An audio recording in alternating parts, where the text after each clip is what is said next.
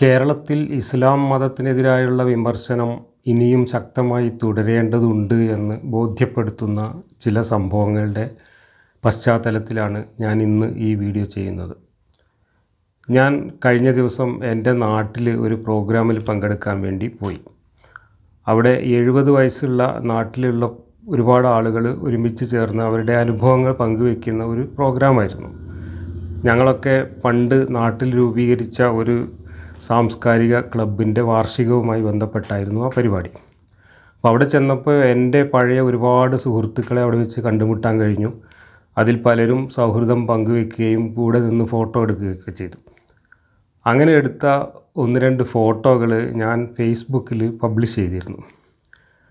ആ ഫോട്ടോയ്ക്ക് താഴെ വന്ന ചില പ്രതികരണങ്ങളും അതിനെ തുടർന്ന് ആ ഫോട്ടോ അടക്കം എടുത്തുകൊണ്ട് പോയി വ്യാപകമായ തോതിൽ വാട്സപ്പിലെ ഇസ്ലാമിക പ്രചാരകരുടെ മൂല്യന്മാരുടെ കുടുംബ ഗ്രൂപ്പുകളിൽ ഒക്കെ പ്രചരിപ്പിച്ചുകൊണ്ടിരിക്കുന്ന ഒരു കുറിപ്പ്. അതേ കുറിപ്പ് തന്നെ ഏകദേശം മറ്റൊരു രൂപത്തിൽ എൻ്റെ ഫേസ്ബുക്ക് പോസ്റ്റിന് താഴെ കമൻ്റായിട്ടും വന്നിരുന്നു. അത് വിപുലീകരിച്ചിട്ടാണ് പിന്നീട് ഈ വ്യാപകമായ പ്രചരണത്തിന് അത് കൊണ്ടുപോയി ഉപയോഗിച്ചിട്ടുള്ളത്. ആ കുറിപ്പും അതുപോലെ എൻ്റെ പോസ്റ്റിന് താഴെ വന്നിട്ടുള്ള ഒരു കുറച്ചും കൂടെ വിഷലിപ്തമായ തീവ്രമായ ഒരു പ്രതികരണക്കുറിപ്പും ഞാനിവിടെ വായിക്കാം. ഒരുപാട് പ്രതികരണങ്ങളുണ്ട്. അതിൽ എല്ലാത്തിലും കൂടെയുള്ള ആശയം ഏകദേശം ഉൾക്കൊള്ളുന്ന ഈ 2 പ്രതികരണങ്ങൾ വായിക്കാം. വായിച്ചതിന് ശേഷം ഞാൻ ആദ്യം പറഞ്ഞതുപോലെ എന്തുകൊണ്ട് ഇസ്ലാം മതത്തെ ഇനിയും ഇവിടെ വിമർശിക്കേണ്ടതുണ്ട്, വിമർശനത്തിൻ്റെ ശക്തിയും ആഴവും ഇനിയും വർദ്ധിപ്പിക്കേണ്ടതുണ്ട് എന്നതിൻ്റെ പ്രസക്തിയെക്കുറിച്ച് കുറച്ച് കാര്യങ്ങൾ പറയാനാണ് ഞാൻ ഈ വീഡിയോ കൊണ്ട് ഉദ്ദേശിക്കുന്നത്. ആദ്യം ഞാൻ വ്യാപകമായി വാട്സപ്പിലൂടെ മതപ്രചാരകർ ഇന്ന് പ്രചരിപ്പിച്ചുകൊണ്ടിരിക്കുന്ന എൻ്റെ സുഹൃത്തുക്കളുടെ ഫോട്ടോയും അതോടൊപ്പമുള്ള കുറിപ്പും ഒന്ന് ഞാൻ വായിക്കാം. എനിക്ക് എൻ്റെ കുറേ സുഹൃത്തുക്കൾ പല ഗ്രൂപ്പിൽ നിന്നും കിട്ടിയതിനെ തുടർന്ന് ഈ കുറിപ്പ് അയച്ചു തരികയും ഇതിനോട് പ്രതികരിക്കണം എന്നാവശ്യപ്പെടുകയും ചെയ്തു. അതിൻ്റെ അടിസ്ഥാനത്തിലാണ് ഞാൻ ഈ വീഡിയോ ചെയ്യുന്നത്. അങ്ങനെ ഒരു കാര്യം ഉറപ്പായി, ഇത്രയും നാൾ യുക്തിവാദികളും ഇസ്ലാമിനോട് വെറുപ്പ് പുലർത്തുന്നവരും പ്രചരിപ്പിച്ചിരുന്ന ഒരു കാര്യത്തിൻ്റെ സത്യം വെളിപ്പെട്ടു. കഴിഞ്ഞ ദിവസം നാട്ടിലെ ഒരു കല്യാണത്തിനോ വീട് കയറിക്കൂടലിനോ ജബ്ബാർ മാഷ് കണ്ടുമുട്ടിയ തൻ്റെ പഴയകാല സുഹൃത്തുക്കളാണ് ഇവർ. പൂർണ്ണമായി ഇസ്ലാമിക ആശയത്തിൽ ജീവിക്കുന്നവർ. മലപ്പുറം പോലെ ഒരു മുസ്ലിം ഭൂരിപക്ഷ പ്രദേശത്താണ് മതം ഉപേക്ഷിക്കുകയും ആ മതത്തെയും അതിൻ്റെ വിശ്വാസികളെയും അതിലെ പ്രവാചകനെയും നിരന്തരം അധിക്ഷേപിക്കുകയും വീഡിയോ ഇറക്കുകയും ചെയ്യുന്ന ഖുർആനിനെ പരിഹസിക്കുന്ന EA ജബ്ബാർ ജീവിക്കുന്നത്. അവിടെയുള്ള സകല കല്യാണങ്ങൾക്കും പ്രസവ കുളികൾക്കും ആ നാട്ടിലെ മുസ്ലിങ്ങൾ ജബ്ബാറിനെ വിളിക്കുന്നുണ്ട്. അവിടെയൊക്കെ പോയി സന്തോഷത്തോടെ വയറ് നിറക്കുന്നുമുണ്ട് മൂപ്പര്. അവിടെയെല്ലാം കാണുന്ന വിശ്വാസികൾ ഇതുപോലെ അയാളെ സ്വീകരിക്കുകയും അയാളോട് സഹകരിക്കുകയും ചെയ്യുന്നുണ്ടല്ലോ. ഇതൊക്കെ കഴിഞ്ഞിട്ടാണ് മൂപ്പര് ഓരോ വേദിയിലും പോയി ഇസ്ലാം അവിശ്വാസികളെ കാണുന്നിടത്ത് വെച്ച് കഴുത്തുവെട്ടാൻ പഠിപ്പിക്കുന്ന മതം ആണെന്നും മുസ്ലിങ്ങൾ ഭൂരിപക്ഷമായാൽ അവിടെ അവിശ്വാസികൾക്ക് ജീവിക്കാൻ കഴിയുകയില്ല എന്നും തട്ടിവിടുന്നത് എന്നത് നാം ഓർക്കണം. ഞാൻ ചിന്തിക്കുന്നത് അതല്ല. മനുഷ്യനാണെങ്കിൽ തൻ്റെ ചുറ്റും ജീവിക്കുന്ന തന്നോട് സഹകരിക്കുന്ന ആളുകളെപ്പറ്റിയും അവരുടെ വിശ്വാസങ്ങളെപ്പറ്റിയും ഇമാതിരി തമ്മാടിത്തം പറഞ്ഞിട്ട് പിന്നെ എങ്ങനെയാണ് അവരുടെ മുഖത്ത് നോക്കുക? മനുഷ്യന് 2 മുഖമായി സ്വഭാവമായി ജീവിക്കാൻ സാധിക്കുമോ? എങ്ങനെയാണ് അവരുടെ ക്ഷണം സ്വീകരിച്ച് അവർക്കിടയിൽ ചെന്ന് ഇങ്ങനെ പല്ലിളിച്ച് നിൽക്കാൻ കഴിയുക? ഉളുപ്പ് എന്നൊന്നും ഉണ്ടാവില്ലേ? ഒരു കാര്യം ഉറപ്പായി, അദ്ദേഹം മലപ്പുറത്ത് ജീവിക്കുന്നതിൽ പൂർണ്ണ സംതൃപ്തനാണല്ലോ. യുക്തിവാദിയുടെ വിശ്വാസപ്രകാരം അവർ പ്രചരിപ്പിക്കുന്നത് ഒരു മുസ്ലിം അവിശ്വാസിയായി കഴിഞ്ഞാൽ തലവെട്ടിക്കളയും എന്നല്ലേ? ഇത് തലവെട്ടിക്കളയുന്നുമില്ല, കൂടുതൽ സ്നേഹിക്കുകയാണ് ചെയ്യുന്നത്. എല്ലാ പരിപാടികൾക്കും വിളിച്ച് ഭക്ഷണം മാന്യമായി കൊടുക്കുകയാണ് ചെയ്യുന്നത്. ഇത്രയും നാൾ അവർ പറഞ്ഞിരുന്നത് മുസ്ലിം അവിശ്വാസിയായാൽ അയാൾക്ക് ജീവിക്കാൻ സാധ്യമല്ല എന്നല്ലേ? അപ്പോൾ അവരുടെ വാദം അവർ തന്നെ പൊളിച്ചു. ദൈവത്തിന് സ്തുതി. ഇതാണ് വ്യാപകമായി വാട്സപ്പിലൂടെ പ്രചരിപ്പിച്ചുകൊണ്ടിരിക്കുന്ന ഒരു കുറിപ്പ്. ഇനി ഞാൻ ഫേസ്ബുക്കിലിട്ട ഫോട്ടോയ്ക്ക് താഴെ കുറച്ചും കൂടെ വിഷലിപ്തമായ ഒരു കുറിപ്പ് മറ്റൊരാളുടെ വക വന്നിട്ടുണ്ട്. ആ കുറിപ്പ് വായിച്ച് തുടങ്ങി 2 വരികൾ വായിച്ചപ്പോൾ തന്നെ ഇയാളൊരു മൗദൂദി ആശയക്കാരനായിരിക്കാനാണ് സാധ്യത എന്ന് ഞാൻ ഊഹിക്കുകയും വായിച്ചു കഴിഞ്ഞ ശേഷം ഞാൻ അയാളുടെ പ്രൊഫൈൽ ഒന്ന് പോയി പരിശോധിക്കുകയും ചെയ്തു. എൻ്റെ ഊഹം വളരെ കൃത്യമായിരുന്നു. പക്ക മൗദൂദി ആശയക്കാരനാണ് ഇതെഴുതിയിരിക്കുന്നത് എന്നുള്ളത് വ്യക്തമായി. ഈ 2 കുറിപ്പുകളും വായിച്ചാൽ അത് രണ്ടിലും പ്രകടമാകുന്ന അസഹിഷ്ണുതയുടെ 2 വേർഷൻ നിങ്ങൾക്ക് വ്യക്തമായിട്ട് കാണാം. ആദ്യത്തെ കുറിപ്പ് ഞാൻ വായിച്ചു. ഞാൻ ഉളുപ്പില്ലാത്തവനാണ് എന്നാണ് ആ കുറിപ്പിൽ മൊത്തത്തിൽ പറഞ്ഞിട്ടുള്ളത്. വിശ്വാസികളുടെ വിശ്വാസത്തെ എതിർക്കുകയും എന്നിട്ട് അവരുമായി സഹകരിച്ച് അവരുടെ കല്യാണങ്ങളിലും മറ്റും പോയി വയറ് നിറയെ മുണുങ്ങി വരികയും ചെയ്യുന്നു എന്നാണ് ആ കുറിപ്പിലും പോസ്റ്റിന് താഴെ വന്നിട്ടുള്ള പ്രതികരണ കുറിപ്പിലുമൊക്കെ പറഞ്ഞിട്ടുള്ളത്. എന്നാൽ ഇവിടെ ഇനി ഞാൻ വായിക്കാൻ പോകുന്ന കുറിപ്പിൽ എൻ്റെ ഉളുപ്പില്ലായ്മയെക്കുറിച്ചല്ല പറയുന്നത്, മറിച്ച് ഞാനുമായി സഹകരിക്കുന്ന മുസ്ലിം വിശ്വാസികളുടെ ഉളുപ്പില്ലായ്മയെക്കുറിച്ചാണ് പറയുന്നത്. ഞാൻ ആ കുറിപ്പ് കൂടെ വായിക്കാം. ഈ ചിത്രത്തിൽ നിൽക്കുന്ന താടി വെച്ച നമസ്കാരത്തഴമ്പുള്ളവർ ഇത് വായിക്കുന്നെങ്കിൽ നിങ്ങളോടാണ് ഇത് പറയാനുള്ളത്. ഇതേ വേഷത്തിൽ ഇതേ വിശ്വാസവുമായി നിങ്ങൾ വേശ്യാലയത്തിലോ മദ്യഷാപ്പിലോ പോകുമോ? അറപ്പും വെറുപ്പുമായിട്ടല്ലാതെ അതിനെ രണ്ടിനെയും നിങ്ങൾക്ക് കാണാൻ കഴിയുമോ? ഇല്ലെന്നുറപ്പാണ്. പിന്നെ എങ്ങനെയാണ് നിങ്ങൾക്ക് ഇയാളോടൊപ്പം നിൽക്കാൻ കഴിയുന്നത്, ഇയാളുമായി സൗഹൃദം നിലനിർത്താൻ സാധിക്കുന്നത്? നമ്മുടെ വിശ്വാസത്തെയും പ്രവാചകനെയും അള്ളാഹുവിനെയും ഇസ്ലാമിനെയും ക്രിയാത്മകമായി വിമർശിക്കുന്ന ഏതൊരു വ്യക്തിയുമായും നമുക്ക് സൗഹൃദമാകാം. നമ്മുടേതല്ലാത്ത ഏത് മതവിശ്വാസിയോടും ആ സൗഹൃദം നിലനിർത്താം. അതിനൊന്നും ഇസ്ലാം തടസ്സമല്ല. പക്ഷേ അത് എങ്ങനെയാണ് ഈ ജബ്ബാറിന് ബാധകമാകുന്നത്? ഇയാൾ ഇതുവരെ ഇക്കാലം അത്രയും നടത്തിയ ഇസ്ലാം പ്രവാചക വിമർശനത്തിൽ സത്യസന്ധമായ ഒരു വാക്ക് നിങ്ങൾ കണ്ടിട്ടുണ്ടോ? അറിയാതെ തെറ്റിദ്ധാരണ കൊണ്ട് കള്ളം പറയുന്നവരെയും നമുക്ക് ശത്രുവായി കാണേണ്ട കാര്യമില്ല. ഇയാൾ അറിഞ്ഞുകൊണ്ട് ബോധപൂർവം പച്ചക്കള്ളം പറയുന്ന മനുഷ്യനാണ്. പ്രവാചകനെതിരെയും പ്രവാചകൻ്റെ കുടുംബത്തിലെ സ്ത്രീകൾക്കെതിരെ പോലും പച്ചക്കള്ളം പറയുന്ന ഒരു വ്യക്തിയാണ്. ഈ വ്യക്തിയുമായി നിലനിർത്തുന്ന ബന്ധം നിങ്ങൾ താടി വെച്ചുകൊണ്ട് വ്യഭിചരിക്കുന്നത് പോലെയും മദ്യപിക്കുന്നത് പോലെയുമാണ്. നിങ്ങളുടെ വീട്ടിലെ സ്ത്രീകളെക്കുറിച്ച് നിരന്തരമായി നുണ പറയുന്ന ഒരു വ്യക്തിയുമായി നിങ്ങൾ ഇതുപോലെ നിന്ന് ചിത്രമെടുക്കുമോ? ഒരു വിശ്വാസിക്ക് അവൻ്റെ കുടുംബാംഗത്തെക്കാൾ പ്രിയപ്പെട്ടതല്ലേ പ്രവാചകൻ?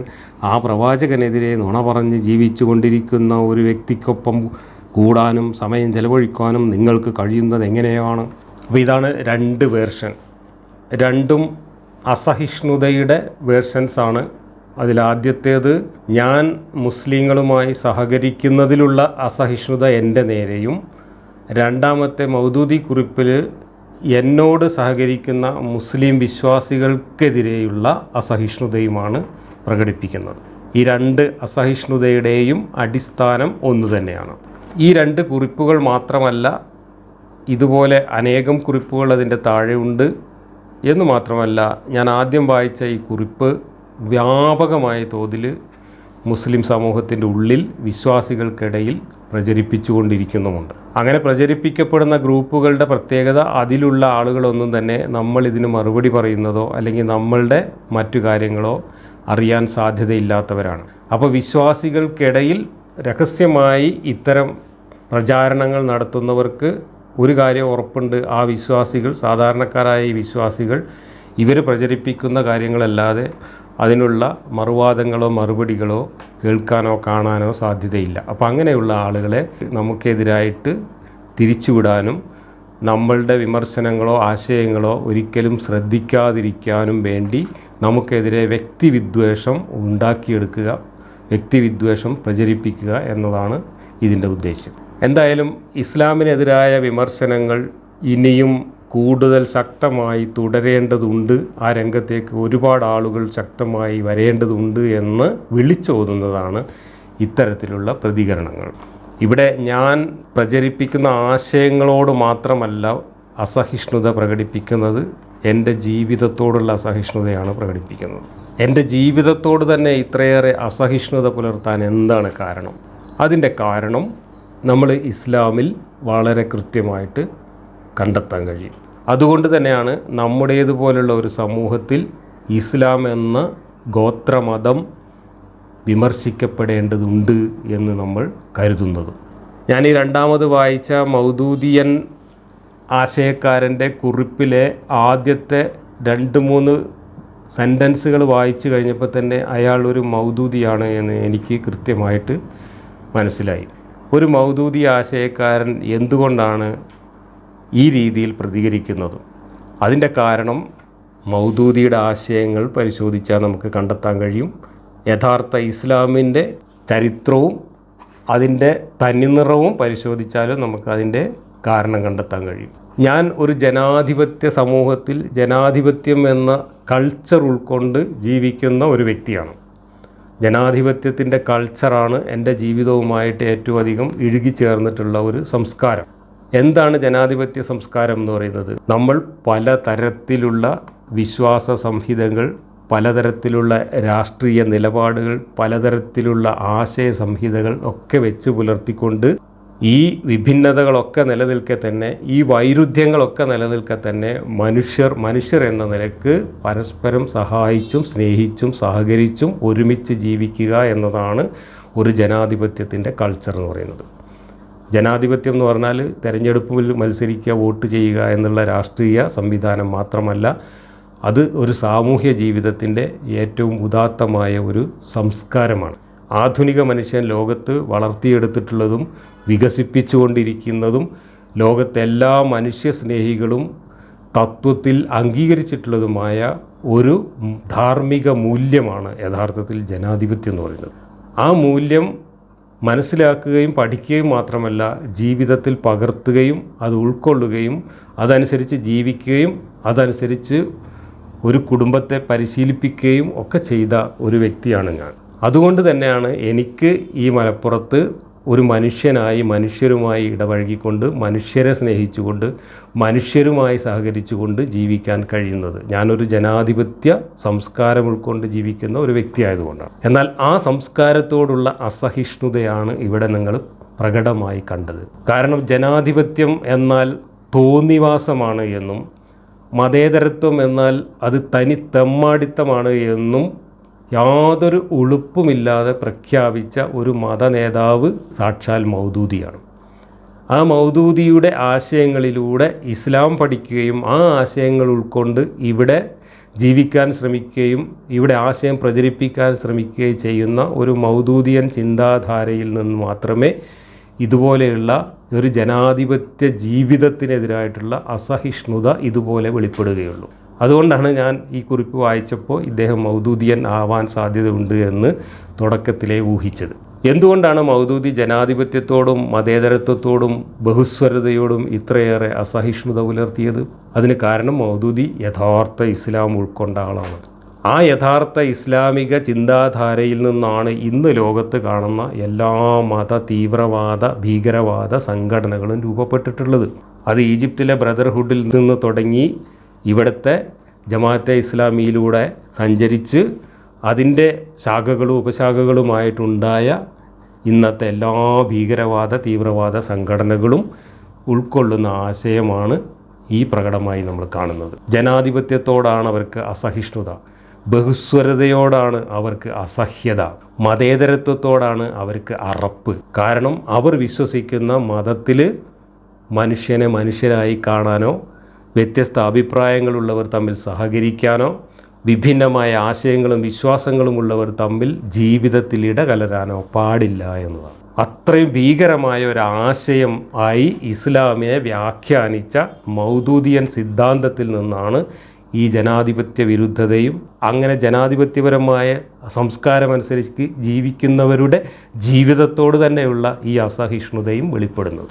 ഇതുതന്നെയാണ് ഇസ്ലാം എന്ന ജനാധിപത്യ വിരുദ്ധ, മതേതരത്വ വിരുദ്ധ, മാനവ വിരുദ്ധ പ്രത്യയശാസ്ത്രം ഇനിയും ശക്തമായി വിമർശിക്കപ്പെടേണ്ടതുണ്ട് എന്ന നമ്മുടെ ചിന്തയുടെ അല്ലെങ്കിൽ നമ്മുടെ നിലപാടിൻ്റെ പ്രസക്തിയും ഇവിടെ തന്നെയാണ് വെളിവാകുന്നത്. ഞാനിവിടെ മലപ്പുറത്ത് 90% മുസ്ലിങ്ങൾ ജീവിക്കുന്ന ഈ നാട്ടിൽ ജനിച്ച് വളർന്ന് ഇന്നിപ്പോൾ 70 വയസ്സിനടുത്ത് പ്രായമായിട്ട് നിൽക്കുമ്പോൾ എൻ്റെ ജീവിതം തന്നെയാണ് എൻ്റെ ആദർശത്തിൻ്റെ വിജയകരമായ ഒരു ദൃഷ്ടാന്തമായിട്ട് എനിക്ക് ഈ സമൂഹത്തിൻ്റെ മുമ്പിൽ വെക്കാനുള്ളത്.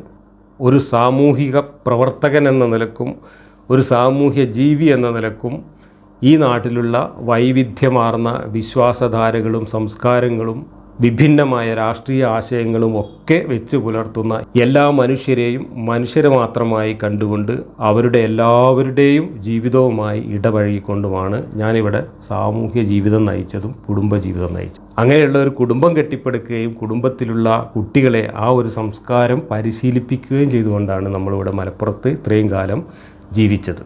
ഞാൻ കഴിഞ്ഞ ഒരു അരനൂറ്റാണ്ട് കാലമായി വിമർശിച്ചുകൊണ്ടിരിക്കുന്നത് എന്നെ വ്യക്തിപരമായിട്ട് ഈ മതം കടിക്കുകയോ മാന്തുകയോ ചെയ്തതുകൊണ്ടല്ല. വ്യക്തിപരമായിട്ട് എനിക്ക് ഈ മതത്തിൻ്റെ ഒരു കടിയും കൊള്ളേണ്ടി വന്നിട്ടില്ല, മാന്തലും കൊള്ളേണ്ടി വന്നിട്ടില്ല. ഞാൻ ജീവിക്കുന്ന സാഹചര്യങ്ങളിൽ നിന്ന്, എൻ്റെ ചുറ്റുപാടുകളിൽ നിന്ന്, എൻ്റെ കുടുംബത്തിൽ നിന്ന്, എൻ്റെ നാട്ടിൽ നിന്ന്, ഇവിടെ നിന്നൊന്നും എനിക്ക് എൻ്റെ സഹജീവികളായ ഈ മുസ്ലിം വിശ്വാസികളിൽ നിന്ന് ഈ മതപരമായിട്ടുള്ള ഒരു മാന്തും കടിയും കൊള്ളേണ്ടി വന്നിട്ടില്ല. കുടുംബത്തിൽ നിന്നും യാതൊരു ഉപദ്രവവും ഈ കാര്യത്തിൽ ഉണ്ടായിട്ടില്ല. എന്നെ ആരും കുടുംബത്തിൽ നിന്ന് പുറത്താക്കിയിട്ടില്ല, ഏതെങ്കിലും തരത്തിൽ നമ്മളെ മാറ്റി നിർത്തിയിട്ടില്ല. എല്ലാ കുടുംബപരമായിട്ടുള്ള ബന്ധങ്ങളിലും ഊഷ്മളമായ സൗഹൃദവും ബന്ധവും നിലനിർത്തിക്കൊണ്ട് തന്നെയാണ് ഞാൻ കുടുംബജീവിതം നയിച്ചിട്ടുള്ളത്. സാമൂഹ്യ ജീവിതത്തിലേക്ക് കടന്നാലും അങ്ങനെ തന്നെ. എൻ്റെ കുടുംബത്തിൽ എല്ലാ വിഭാഗം മുസ്ലിങ്ങളുമുണ്ട്. അവിടെ മൗദൂദികളുണ്ട്, മുജാഹിദുകളുണ്ട്, സുന്നികളുണ്ട്. ഈ പറഞ്ഞ മുജാഹിദുകളിലെ വിവിധ വിഭാഗങ്ങൾ ഇന്നിപ്പോൾ പൊട്ടിപ്പിളർന്ന് കുറേ കഷ്ണങ്ങളായിട്ടുള്ള എല്ലാ കഷ്ണങ്ങളിലും പെട്ട ആളുകൾ എൻ്റെ കുടുംബത്തിലുണ്ട്. അതുകൂടാതെ സൂഫി ചിന്തകരായിട്ടുള്ള ആളുകളുണ്ട്, ചേകനൂരിസ്റ്റുകളായിട്ടുള്ള ഖുർആനിസ്റ്റുകളായിട്ടുള്ള ആളുകളുണ്ട്. ഇതിനൊക്കെ പുറമെ മതേതരമായി ചിന്തിക്കുന്ന ആളുകളുണ്ട്. രാഷ്ട്രീയം നോക്കുകയാണെങ്കിൽ മുസ്ലിം ലീഗ് ഉണ്ട്, CPM ഉണ്ട്, കോൺഗ്രസ് ഉണ്ട്, എല്ലാ പാർട്ടിയിലും പെട്ട ആളുകളുണ്ട്. ഇതൊക്കെ കൂടാതെ എൻ്റെ മക്കളുടെ വിവാഹം നടന്നതോടുകൂടി ഹിന്ദു കുടുംബത്തിലുള്ള ആളുകളും എൻ്റെ കുടുംബത്തിലെ അംഗങ്ങളായി വന്നിട്ടുണ്ട്. അപ്പോൾ ഈ പറഞ്ഞ എല്ലാ വിഭാഗം ആളുകളുമായിട്ടും വളരെ ഊഷ്മളമായ കുടുംബ ബന്ധങ്ങൾ പുലർത്തുകയും അവരുടെയൊക്കെ വീടുകളിൽ എന്തെങ്കിലും ഫംഗ്ഷൻ ഉണ്ടെങ്കിൽ ആ ഫംഗ്ഷനുകളിലെല്ലാം പോയി പങ്കെടുക്കുകയും അവരുടെയൊക്കെ വീടുകളിൽ എന്തെങ്കിലും പ്രശ്നങ്ങൾ ഉണ്ടാകുന്നുണ്ടെങ്കിൽ ആ പ്രശ്നങ്ങളിലൊക്കെ ഒരു മനുഷ്യൻ എന്ന നിലയിൽ ഇടപെടാൻ പറ്റുന്ന രീതിയിലെല്ലാം ഇടപെടുകയും ഒക്കെ ചെയ്തുകൊണ്ട് വളരെ നോർമലായിട്ടുള്ള ഒരു കുടുംബ ജീവിതമാണ് നമ്മൾ നയിക്കുന്നത്. കുടുംബ ബന്ധങ്ങളിൽ മാത്രമല്ല, ഇതുപോലെ അയൽ ബന്ധങ്ങളിലും അതുപോലുള്ള മറ്റു സൗഹൃദ ബന്ധങ്ങളിലും സഹപ്രവർത്തകരായിട്ടും സഹജീവികളായിട്ടുള്ള എല്ലാ മനുഷ്യരും അവരുടെ ജീവിതത്തിലെ സന്തോഷങ്ങളിലും ദുഃഖങ്ങളിലും പങ്കുചേരാൻ എന്നെ ക്ഷണിക്കാറുണ്ട്. ക്ഷണിക്കാതെ പോകേണ്ട സ്ഥലങ്ങളിൽ ക്ഷണിക്കാതെയും ക്ഷണിച്ചിട്ട് പോകേണ്ട സ്ഥലങ്ങളിൽ ക്ഷണിച്ചിട്ടും പോകാറുണ്ട്. അവിടെയൊക്കെ പോയി ആ സൗഹൃദങ്ങളിൽ പങ്കെടുത്ത് പോരാറുണ്ട്. കല്യാണത്തിനും അതുപോലെയുള്ള ഫംഗ്ഷനുകൾക്കൊക്കെ നമ്മളെ കുടുംബക്കാർ മാത്രമല്ല, നാട്ടുകാർ മാത്രമല്ല, എല്ലാവരും നമ്മളെ നേരെ എതിർ ആശയമുള്ള, എതിർ രാഷ്ട്രീയമുള്ള എല്ലാ ആളുകളും വിളിക്കാറുണ്ട്. വിളിക്കുന്നിടത്തൊക്കെ നമ്മൾ പോകാറുണ്ട്. പോകുന്നത് മൂക്കറ്റം ഈ കുറിപ്പുകാർ പറയുന്നത് പോലെ തിന്ന് വെള്ളം നിറക്കാൻ വേണ്ടിയിട്ടല്ല. ഇന്നിപ്പോൾ അതിനൊന്നുമുള്ള വലിയ ക്ഷാമമൊന്നും നമുക്കാർക്കും ഇല്ല. കല്യാണത്തിന് പോകുന്നതും ഫംഗ്ഷന് പോകുന്നതും ഒക്കെ വയറു നിറച്ച് തിന്നാനാണ് എന്ന ആവലാതിയൊക്കെ പഴയ ദാരിദ്ര്യകാലത്തിൻ്റെ ഒരു സംസ്കാരത്തിൻ്റെ ഭാഗമാണ്. നമ്മുടെ നാട്ടിൽ മാത്രമാണ് ഈ കല്യാണം എന്നൊക്കെ പറഞ്ഞാൽ അത് ഭക്ഷണം കഴിക്കൽ അതിൻ്റെ ഒരു മുഖ്യ അജണ്ടയായിട്ട് വരുന്നത്. ഇപ്പോൾ ഞാൻ ജീവിച്ചിട്ടുള്ള മറ്റു രാജ്യങ്ങളിലൊക്കെ, വികസിത രാജ്യങ്ങളിലൊന്നും അങ്ങനെയുള്ള ഫംഗ്ഷനുകളിലൊന്നും ഭക്ഷണം എന്ന് പറയുന്നത് ഒരു അജണ്ടയേ അല്ല. ഭക്ഷണമൊക്കെ അവിടെ എവിടെയെങ്കിലുമൊക്കെ ഉണ്ടാക്കി വെച്ചിട്ടുണ്ടാവും. ആളുകൾ ആവശ്യമുള്ളവർ അത് അന്വേഷിച്ച് പോയിട്ട് അത് എടുത്ത് കഴിക്കാമെന്നല്ലാതെ ഭക്ഷണം കഴിക്കാൻ ആളുകളെ എങ്ങനെ കാര്യമായിട്ട് ക്ഷണിച്ചു കൊണ്ടുപോവുക, അത് കഴിപ്പിക്കുക, അതൊന്നും നമുക്ക് അവിടെയൊന്നും കാണാൻ കഴിയില്ല. കാരണം അത് നമ്മുടെ ദാരിദ്ര്യത്തിൽ നിന്ന് വന്നിട്ടുള്ള ഒരു കൾച്ചറിൻ്റെ ഭാഗമാണ്. അതുകൊണ്ടാണ് കല്യാണത്തിന് പോവുക എന്ന് പറയുമ്പോൾ മൂക്കറ്റം തിന്നാൻ പോവുക എന്നുള്ള ആശയം ഇപ്പോഴും ഇവരൊക്കെ പറയുന്നത്. കല്യാണത്തിന് പോകുന്നത് മൂക്കറ്റം തിന്നാനോ ബിരിയാണി കഴിക്കാനോ സദ്യ ഉണ്ണാനോ പായസം കഴിക്കാനോ ഒന്നുമല്ല. കല്യാണങ്ങൾക്കൊക്കെ പോകുന്നത് മനുഷ്യർ തമ്മിലുള്ള സ്നേഹവും സൗഹൃദവും പങ്കുവെക്കാനും പുതുക്കാനുമാണ്. ഞാൻ ആ അർത്ഥത്തിലാണ് ഇങ്ങനെയുള്ള ഫംഗ്ഷനുകൾക്കൊക്കെ വിളിച്ചാൽ പോകാറുള്ളത്. കാരണം ഭക്ഷണമൊക്കെ വളരെ കുറച്ച് കഴിക്കുന്ന ഒരാളാണ്. ഞങ്ങൾക്ക് ഭക്ഷണത്തിനോടൊന്നും അത്ര വലിയ ആർത്തിയുള്ള ആളല്ല, അതിന് ക്ഷാമവുമില്ല. അതുകൊണ്ട് ഭക്ഷണം കഴിക്കാനല്ല പോകുന്നത്, മനുഷ്യരുമായിട്ടുള്ള സൗഹൃദവും ബന്ധവും പുതുക്കാൻ വേണ്ടിയിട്ടാണ് പോകുന്നത്. അതാണ് ഒരു സാമൂഹ്യ ജീവിയായ മനുഷ്യനുണ്ടായിരിക്കേണ്ട പ്രധാന ഗുണം എന്ന് പറയുന്നത്. എൻ്റെ മക്കളുടെ വിവാഹത്തിൽ ഈ നാട്ടിലുള്ള എല്ലാ വിഭാഗത്തിൽപ്പെട്ട ആളുകളും പങ്കെടുത്തിട്ടുണ്ട്. എൻ്റെ കുടുംബത്തിൽ ഞാൻ ക്ഷണിച്ചിട്ടുള്ള എല്ലാ കുടുംബങ്ങളിൽ നിന്നും നമ്മൾ പ്രതീക്ഷിച്ചതിനേക്കാൾ കൂടുതൽ ആ കല്യാണത്തിൽ ആളുകൾ വന്ന് പങ്കെടുത്തു. ഞങ്ങൾ 3000 പേർക്കാണ് അന്ന് ഭക്ഷണം ഒരുക്കിയിരുന്നതെങ്കിൽ 3500ഓളം പേര് ഭക്ഷണം കഴിച്ചു പോയതാണ് ഞങ്ങളുടെ വിവാഹത്തിലെ ഞങ്ങളുടെ അനുഭവം. അതിൽ കുടുംബക്കാരുണ്ട്, സഹപ്രവർത്തകരുണ്ട്, അയൽവാസികളുണ്ട്, നമ്മളുമായി ബന്ധപ്പെട്ട എല്ലാ വിഭാഗത്തിൽപ്പെട്ട ആളുകളും കല്യാണത്തിന് വന്നിട്ടുണ്ട്. അവരൊക്കെ വന്നത് വളരെ കൗതുകത്തോടു കൂടി മലപ്പുറത്ത് ഇങ്ങനെ ഒരു കല്യാണം നടക്കുമ്പോൾ അത് കാണാനുള്ള ആകാംക്ഷ കൂടി ഉള്ളതുകൊണ്ടാണ്. അങ്ങനെയാണ് പലരും എന്നോട് തന്നെ പറഞ്ഞത്, നമ്മളുടെ കല്യാണത്തിന് പ്രത്യേകിച്ച് താല്പര്യമെടുത്തുകൊണ്ട് എല്ലാ ആളുകളും വന്നു. കാരണം ഒരു സ്റ്റേജിൽ ഹിന്ദു മുസ്ലിം കുടുംബങ്ങൾ ഒരുമിച്ചിരുന്നു കൊണ്ടും അതിൻ്റെ കൂടെ തന്നെ എല്ലാ വിഭാഗം ആളുകളും ഒരുമിച്ചിരുന്നു കൊണ്ടും നടക്കുന്ന ഒരു മതേതരമായ വിവാഹം മലപ്പുറം ടൗൺ ഹാളിൽ നടക്കുമ്പോൾ അത് കാണാനുള്ള കൗതുകം കൊണ്ടാണ് ഒരുപാട് പേര് ആ കല്യാണത്തിന് വന്നത്. കല്യാണം ഞങ്ങൾ രജിസ്റ്റർ ഓഫീസിൽ വെച്ചിട്ടാണ് നടന്നത്, സ്പെഷ്യൽ മാരേജ് ആക്ട് അനുസരിച്ച്. അത് കഴിഞ്ഞ് റിസപ്ഷനിൽ ഞങ്ങൾ സ്റ്റേജിൽ ഇരുന്നിരുന്ന ആളുകളുടെ ചിത്രം നിങ്ങൾ നോക്കൂ. അതിനകത്ത് നല്ല മതപണ്ഡിതന്മാരായിട്ടുള്ള തലപ്പാവ് ധരിച്ച ആളുകളുണ്ട്, കുറിതൊട്ട ഹിന്ദു സ്ത്രീകളുണ്ട്, അതുപോലെ എല്ലാ രാഷ്ട്രീയ പാർട്ടികളിലും പെട്ട ആളുകൾ, നേതാക്കന്മാരായിട്ടുള്ള ആളുകളുണ്ട്, യുക്തിവാദി നേതാവായിട്ടുള്ള കലാനാഥൻ മാഷ് ഉൾപ്പെടെയുള്ള ആളുകൾ അവിടെ ഇരിക്കുന്നുണ്ട്. ഈ വിവാഹം നടക്കുന്ന 3 കുടുംബത്തിലെയും പ്രധാനപ്പെട്ട കുടുംബാംഗങ്ങൾ സ്ത്രീ പുരുഷ വ്യത്യാസമില്ലാതെ അവരിയ്ക്കുന്നുണ്ട്. ഇവരെല്ലാവരും ഇരിക്കുന്ന ഒരു വേദിയിൽ മുഖ്യ അതിഥിയായിട്ട് പാലോളി മുഹമ്മദ് കുട്ടി അവിടെ മണിക്കൂറുകളോടാണ് അന്ന് ഒരു തിരക്കുള്ള മന്ത്രിയായിരുന്നിട്ടും ആ കല്യാണത്തിൽ പങ്കെടുത്തത്. അതുപോലെ രാഷ്ട്രീയ പാർട്ടിയുടെ എല്ലാ പാർട്ടിയുടെയും നേതാക്കന്മാർ, മുസ്ലിം ലീഗിൻ്റെ നേതാക്കന്മാരടക്കം എൻ്റെ മക്കളുടെ കല്യാണത്തിൽ പങ്കെടുത്തിട്ടുണ്ട്. മുനിസിപ്പൽ ചെയർമാൻ ഉൾപ്പെടെയുള്ള എത്രയോ നേതാക്കന്മാർ, MLA മാർ, MP മാർ, മന്ത്രിമാരൊക്കെ വന്ന കല്യാണമായിരുന്നു. അവിടെയൊന്നും ഈ പറയുന്ന വ്യത്യാസം നമ്മളോടാരും കാണിച്ചിട്ടില്ല. നിങ്ങൾ ഈ ആകാംക്ഷപ്പെടുന്നത് പോലെയുള്ള ഒരു വെറുപ്പിൻ്റെ ഒരംശം പോലും ഞാൻ എൻ്റെ ജീവിതത്തിൽ ഇതുപോലെയുള്ള സന്ദർഭങ്ങളിൽ കണ്ടിട്ടില്ല. എല്ലാ മനുഷ്യരും പരസ്പരം സഹായിക്കുകയും സഹകരിക്കുകയും ചെയ്യുന്നതായിട്ടാണ് എൻ്റെ അനുഭവം. കാരണം ഞാൻ എല്ലാവരെയും ആ രീതിയിലാണ് കൈകാര്യം ചെയ്തിട്ടുള്ളത്, എല്ലാവരോടും ആ രീതിയിലാണ് നമ്മൾ ഇടപെട്ടിട്ടുള്ളത്. അങ്ങനെയാണ് നമ്മൾ മലപ്പുറത്ത് ഇത്രയും കാലം ഒരു പോറലും ഏൽക്കാതെ ജീവിച്ചു വന്നത്. ഇനി എൻ്റെ രാഷ്ട്രീയ നിലപാടുകൾ, ഞാൻ വിദ്യാർത്ഥിയായിരുന്ന കാലത്ത് ഞാൻ പഠിച്ചിരുന്ന കോളേജിലെ ഒരു വിദ്യാർത്ഥി സംഘടനയുടെ യൂണിറ്റ് പ്രസിഡൻ്റായിരുന്നു ഞാൻ. പക്ഷേ എനിക്ക് ആ കോളേജിലെ ആ സംഘടനയുടെ നേതാക്കന്മാരുമായിട്ട് മാത്രമല്ല, അതിൻ്റെ എതിർപക്ഷത്തുള്ള സംഘടനയുടെ പ്രവർത്തകരും നേതാക്കന്മാരുമായിട്ടായിരുന്നു കൂടുതൽ ഊഷ്മളമായ വ്യക്തി സൗഹൃദങ്ങളുണ്ടായിരുന്നത്. എൻ്റെ ഏറ്റവും അടുത്ത കൂട്ടുകാർ പലരും എൻ്റെ സംഘടനയിൽപ്പെട്ടവരായിരുന്നില്ല, എൻ്റെ സംഘടനയുടെ ശത്രു സംഘടനയിൽപ്പെട്ട ആളുകളായിരുന്നു. എൻ്റെ സംഘടനക്കായിരുന്നു അന്ന് കോളേജിൽ ഭൂരിപക്ഷം ഉണ്ടായിരുന്നത്. അതുകൊണ്ട് തിരഞ്ഞെടുപ്പുകളിലൊക്കെ ജയിക്കുന്ന സംഘടനയായിരുന്നു എൻ്റെ സംഘടന. എങ്കിലും മറുപക്ഷത്തുള്ള സംഘടനയുമായിട്ടായിരുന്നു എനിക്ക് വ്യക്തിബന്ധങ്ങൾ കൂടുതലുണ്ടായിരുന്നു. അതുകൊണ്ട് ആ കാലത്ത്, ഞാൻ അവിടെ പഠിക്കുന്ന കാലത്ത്, ഞാൻ ആ സംഘടനയ്ക്ക് നേതൃത്വം കൊടുക്കുന്ന കാലത്ത് അവിടെ ഈ വിദ്യാർത്ഥി സംഘടനകൾ തമ്മിലുള്ള സംഘർഷങ്ങളുണ്ടായിട്ടില്ല. അങ്ങോട്ടും ഇങ്ങോട്ടും മുദ്രാവാക്യം വിളിക്കുകയും വെല്ലുവിളിക്കുകയും അവരുടേതായ പ്രസംഗങ്ങൾ നടത്തുകയും തിരഞ്ഞെടുപ്പിൽ മത്സരിക്കുകയും ഒക്കെ ചെയ്തിട്ടുണ്ടെങ്കിലും അതൊരിക്കലും ഒരു കായികമായ സംഘർഷത്തിലേക്ക് നീങ്ങിയിട്ടില്ല. കാരണം ഈ 2 സംഘടനയോടും തലപ്പത്ത് നിൽക്കുന്ന ആളുകൾ പരസ്പരം സ്നേഹിതന്മാരാണ്, സുഹൃത്തുക്കളാണ്. അപ്പോൾ അവർക്ക് തമ്മിൽ അടിക്കാൻ പറ്റില്ല. അങ്ങനെ ഒരു കൾച്ചറാണ് ഞാൻ എൻ്റെ വിദ്യാർത്ഥി ജീവിതകാലം തൊട്ട് എൻ്റെ രാഷ്ട്രീയ ജീവിതത്തിലും മറ്റെല്ലാ മേഖലയിലും ഞാൻ ഉയർത്തിപ്പിടിച്ചിട്ടുള്ളത്. പിന്നീട് ഞാൻ അധ്യാപകനായിട്ട് എൻ്റെ നാട്ടിൽ ജോലി ചെയ്യുന്ന 10 വർഷക്കാലം ഞാൻ ആ മേഖലയിലെ ഒരു അധ്യാപക സംഘടനയുടെ നേതൃത്വം ഏറ്റെടുത്ത് പ്രവർത്തിച്ചിട്ടുണ്ട്. അന്ന് ചെറിയൊരു സംഘടനയാണ് ഞങ്ങളുടെ സംഘടന, മറുപക്ഷത്തുള്ള സംഘടനയ്ക്കായിരുന്നു ഭൂരിപക്ഷം. ആ സമയത്ത് മറുപക്ഷത്തുള്ള അധ്യാപക സംഘടനയുടെ നേതാക്കന്മാരും പ്രവർത്തകരുമായിട്ടായിരുന്നു വ്യക്തിപരമായിട്ട് എനിക്ക് കൂടുതൽ സൗഹൃദം ഉണ്ടായിരുന്നത്. എൻ്റെ സ്വന്തം സംഘടനയിലുള്ള ആളുകളോടുള്ളതിനേക്കാൾ ഊഷ്മളമായ സൗഹൃദം ഞാൻ മറുപക്ഷത്തുള്ള സംഘടനയിൽപ്പെട്ട ആളുകളുമായിട്ട് പുലർത്തിയിരുന്നു. അതുകൊണ്ട് സാക്ഷരതാ കാലത്തൊക്കെ എനിക്ക് എല്ലാ വിഭാഗത്തിൽപ്പെട്ട അധ്യാപകരെയും സാക്ഷരതാ പ്രവർത്തനവുമായിട്ട് സഹകരിപ്പിക്കാൻ കഴിഞ്ഞു. ഞാൻ സാക്ഷരതാ പ്രവർത്തനത്തിൻ്റെ ചുമതല, ഒരു പഞ്ചായത്തിൻ്റെ ചുമതല വഹിച്ചിരുന്ന ആളാണ്. ആ സമയത്ത് എല്ലാ സംഘടനയിലും പെട്ട അധ്യാപകരെ സഹകരിപ്പിക്കാൻ കഴിഞ്ഞു.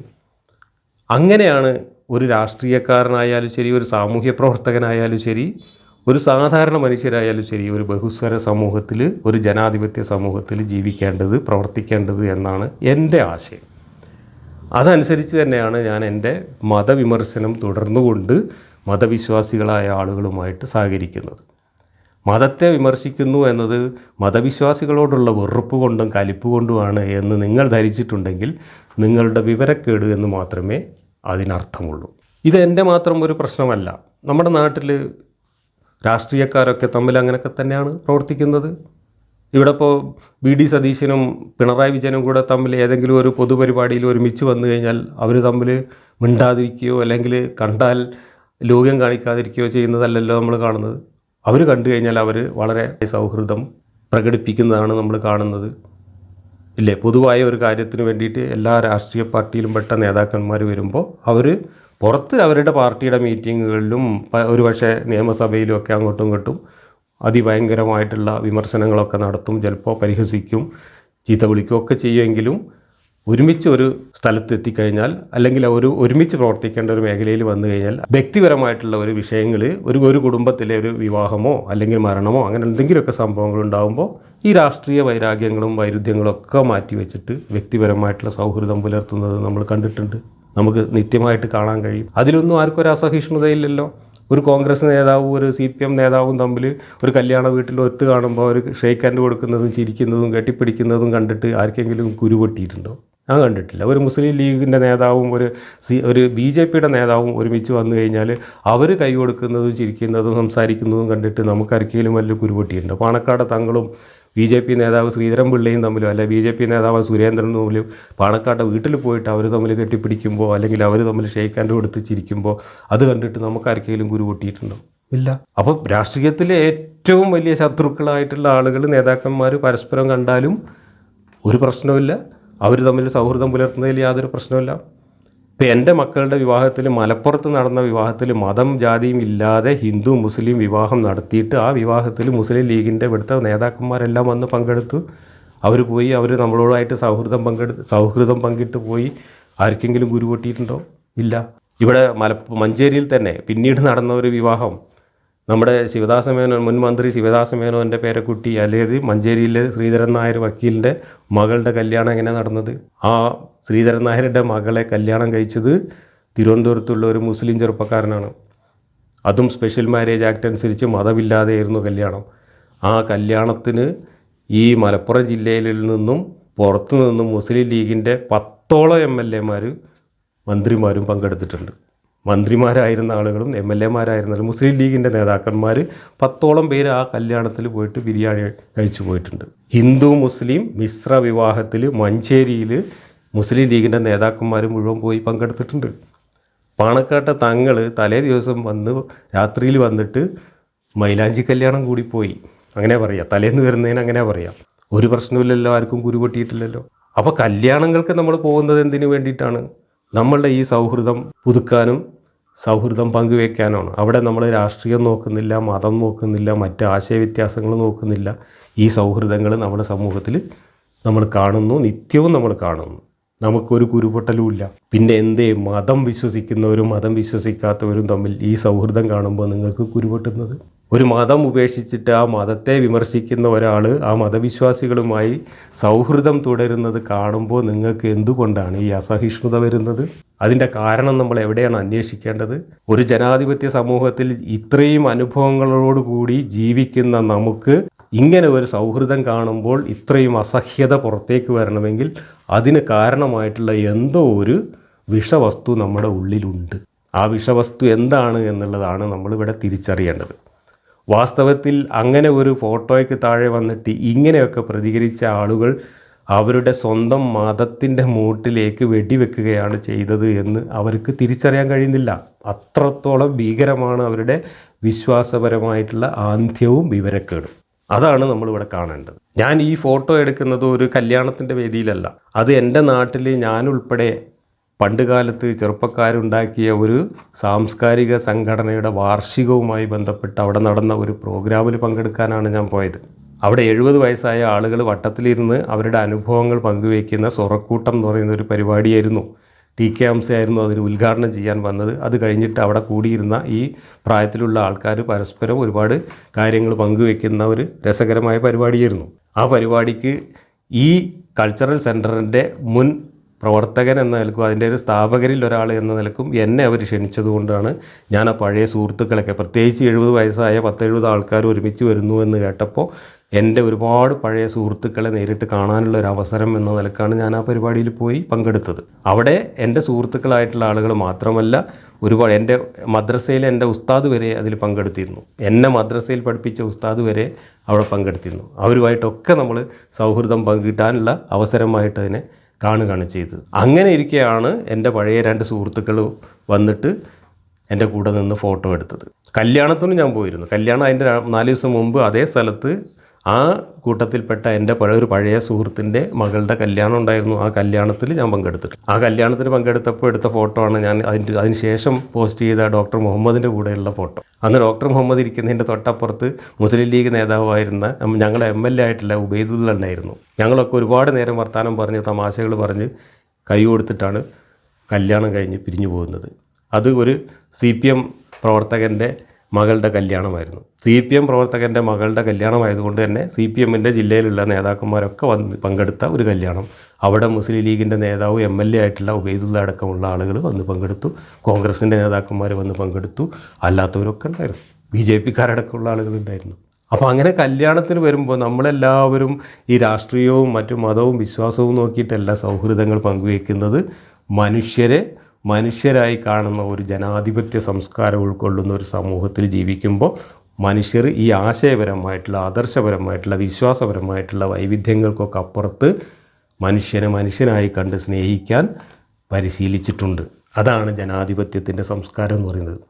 ആ സംസ്കാരം ഒരു പരിധിവരെ നമ്മൾ ഉൾക്കൊള്ളുന്നതുകൊണ്ടാണ് നമുക്ക് അസഹിഷ്ണുതയില്ലാതെ നമ്മുടെ എതിർ ആശയക്കാരുമായിട്ടൊക്കെ സൗഹൃദം പങ്കുവയ്ക്കാൻ കഴിയുന്നത്. നിങ്ങൾക്കത് സഹിക്കാൻ കഴിയുന്നില്ല എങ്കിൽ നിങ്ങൾ ആ സംസ്കാരം ഉൾക്കൊള്ളുന്നതിൽ പരാജയപ്പെട്ടിരിക്കുന്നു എന്നാണ് അതിൻ്റെ അർത്ഥം. എന്തുകൊണ്ട് പരാജയപ്പെട്ടിരിക്കുന്നു എന്ന് ചോദിച്ചാൽ ജനാധിപത്യം തെമ്മാടിത്തമാണ്, തോന്നിവാസമാണ് എന്ന് ഇസ്ലാമിൻ്റെ കിതാബുകൾ പഠിച്ചിട്ട് സിദ്ധാന്തം അവതരിപ്പിച്ച മൗദൂദി ഉൾക്കൊണ്ട അതേ ആശയം നിങ്ങൾ ഉൾക്കൊള്ളുന്നു എന്നതുകൊണ്ടാണ് നിങ്ങൾക്ക് ഈ അസഹിഷ്ണുത വരുന്നത്. മൗദൂദിക്ക് ജനാധിപത്യം എന്ന് കേൾക്കുമ്പോഴേക്ക് അപസ്മാരമിളകുമായിരുന്നു. മൗദൂദിക്ക് മതേതരത്വം എന്ന് കേട്ടാൽ ഓക്കാനം വരുമായിരുന്നു.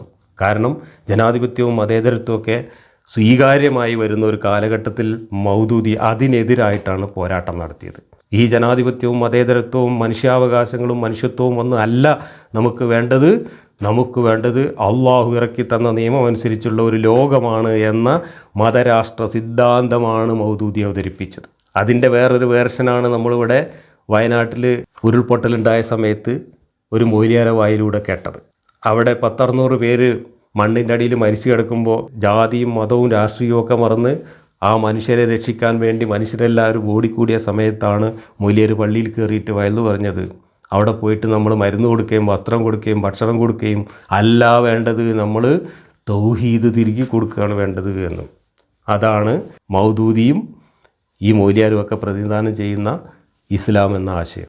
മനുഷ്യത്വമുള്ള ഒരാൾക്കും അറപ്പോടെയല്ലാതെ കേൾക്കാനും കാണാനും കഴിയാത്ത ഇത്തരത്തിലുള്ള ആശയങ്ങൾ പേറുന്ന ആളുകളും പ്രസ്ഥാനങ്ങളും നമ്മുടെ മുമ്പിൽ ഇന്നും ഉണ്ട് എന്നതാണ് മതവിമർശനം നിർത്താൻ സമയമായിട്ടില്ല എന്നതിൻ്റെ ദൃഷ്ടാന്തം. ഇവർ ഈ കുറിപ്പിലൊക്കെ ചോദിക്കുന്ന ഒരു ചോദ്യം, നമ്മൾ മുർത്തദ്ദിനെ കൊല്ലണമെന്ന് ഇസ്ലാമിലുണ്ട് എന്ന് പറയുന്നുണ്ടല്ലോ, എന്നിട്ട് നമ്മളെ ആരും കൊന്നിട്ടില്ലല്ലോ, നമ്മളവരുമായിട്ടൊക്കെ സഹകരിച്ചല്ലേ ജീവിക്കുന്നത്, അവർ നമ്മളോട് സഹകരിച്ചല്ലേ ജീവിക്കുന്നത്, അപ്പോൾ പിന്നെ ഇസ്ലാമിൽ അങ്ങനെ ഒരു നിയമമുണ്ട് എന്ന് പറയുന്നത് ഇരട്ടത്താപ്പല്ലേ എന്നാണ് ചോദ്യം. ഇതിൻ്റെ ഉത്തരം പലതവണ നമ്മൾ പറഞ്ഞു കഴിഞ്ഞതാണ്. എങ്കിലും ഞാൻ ഒരിക്കൽ കൂടെ പറയാം.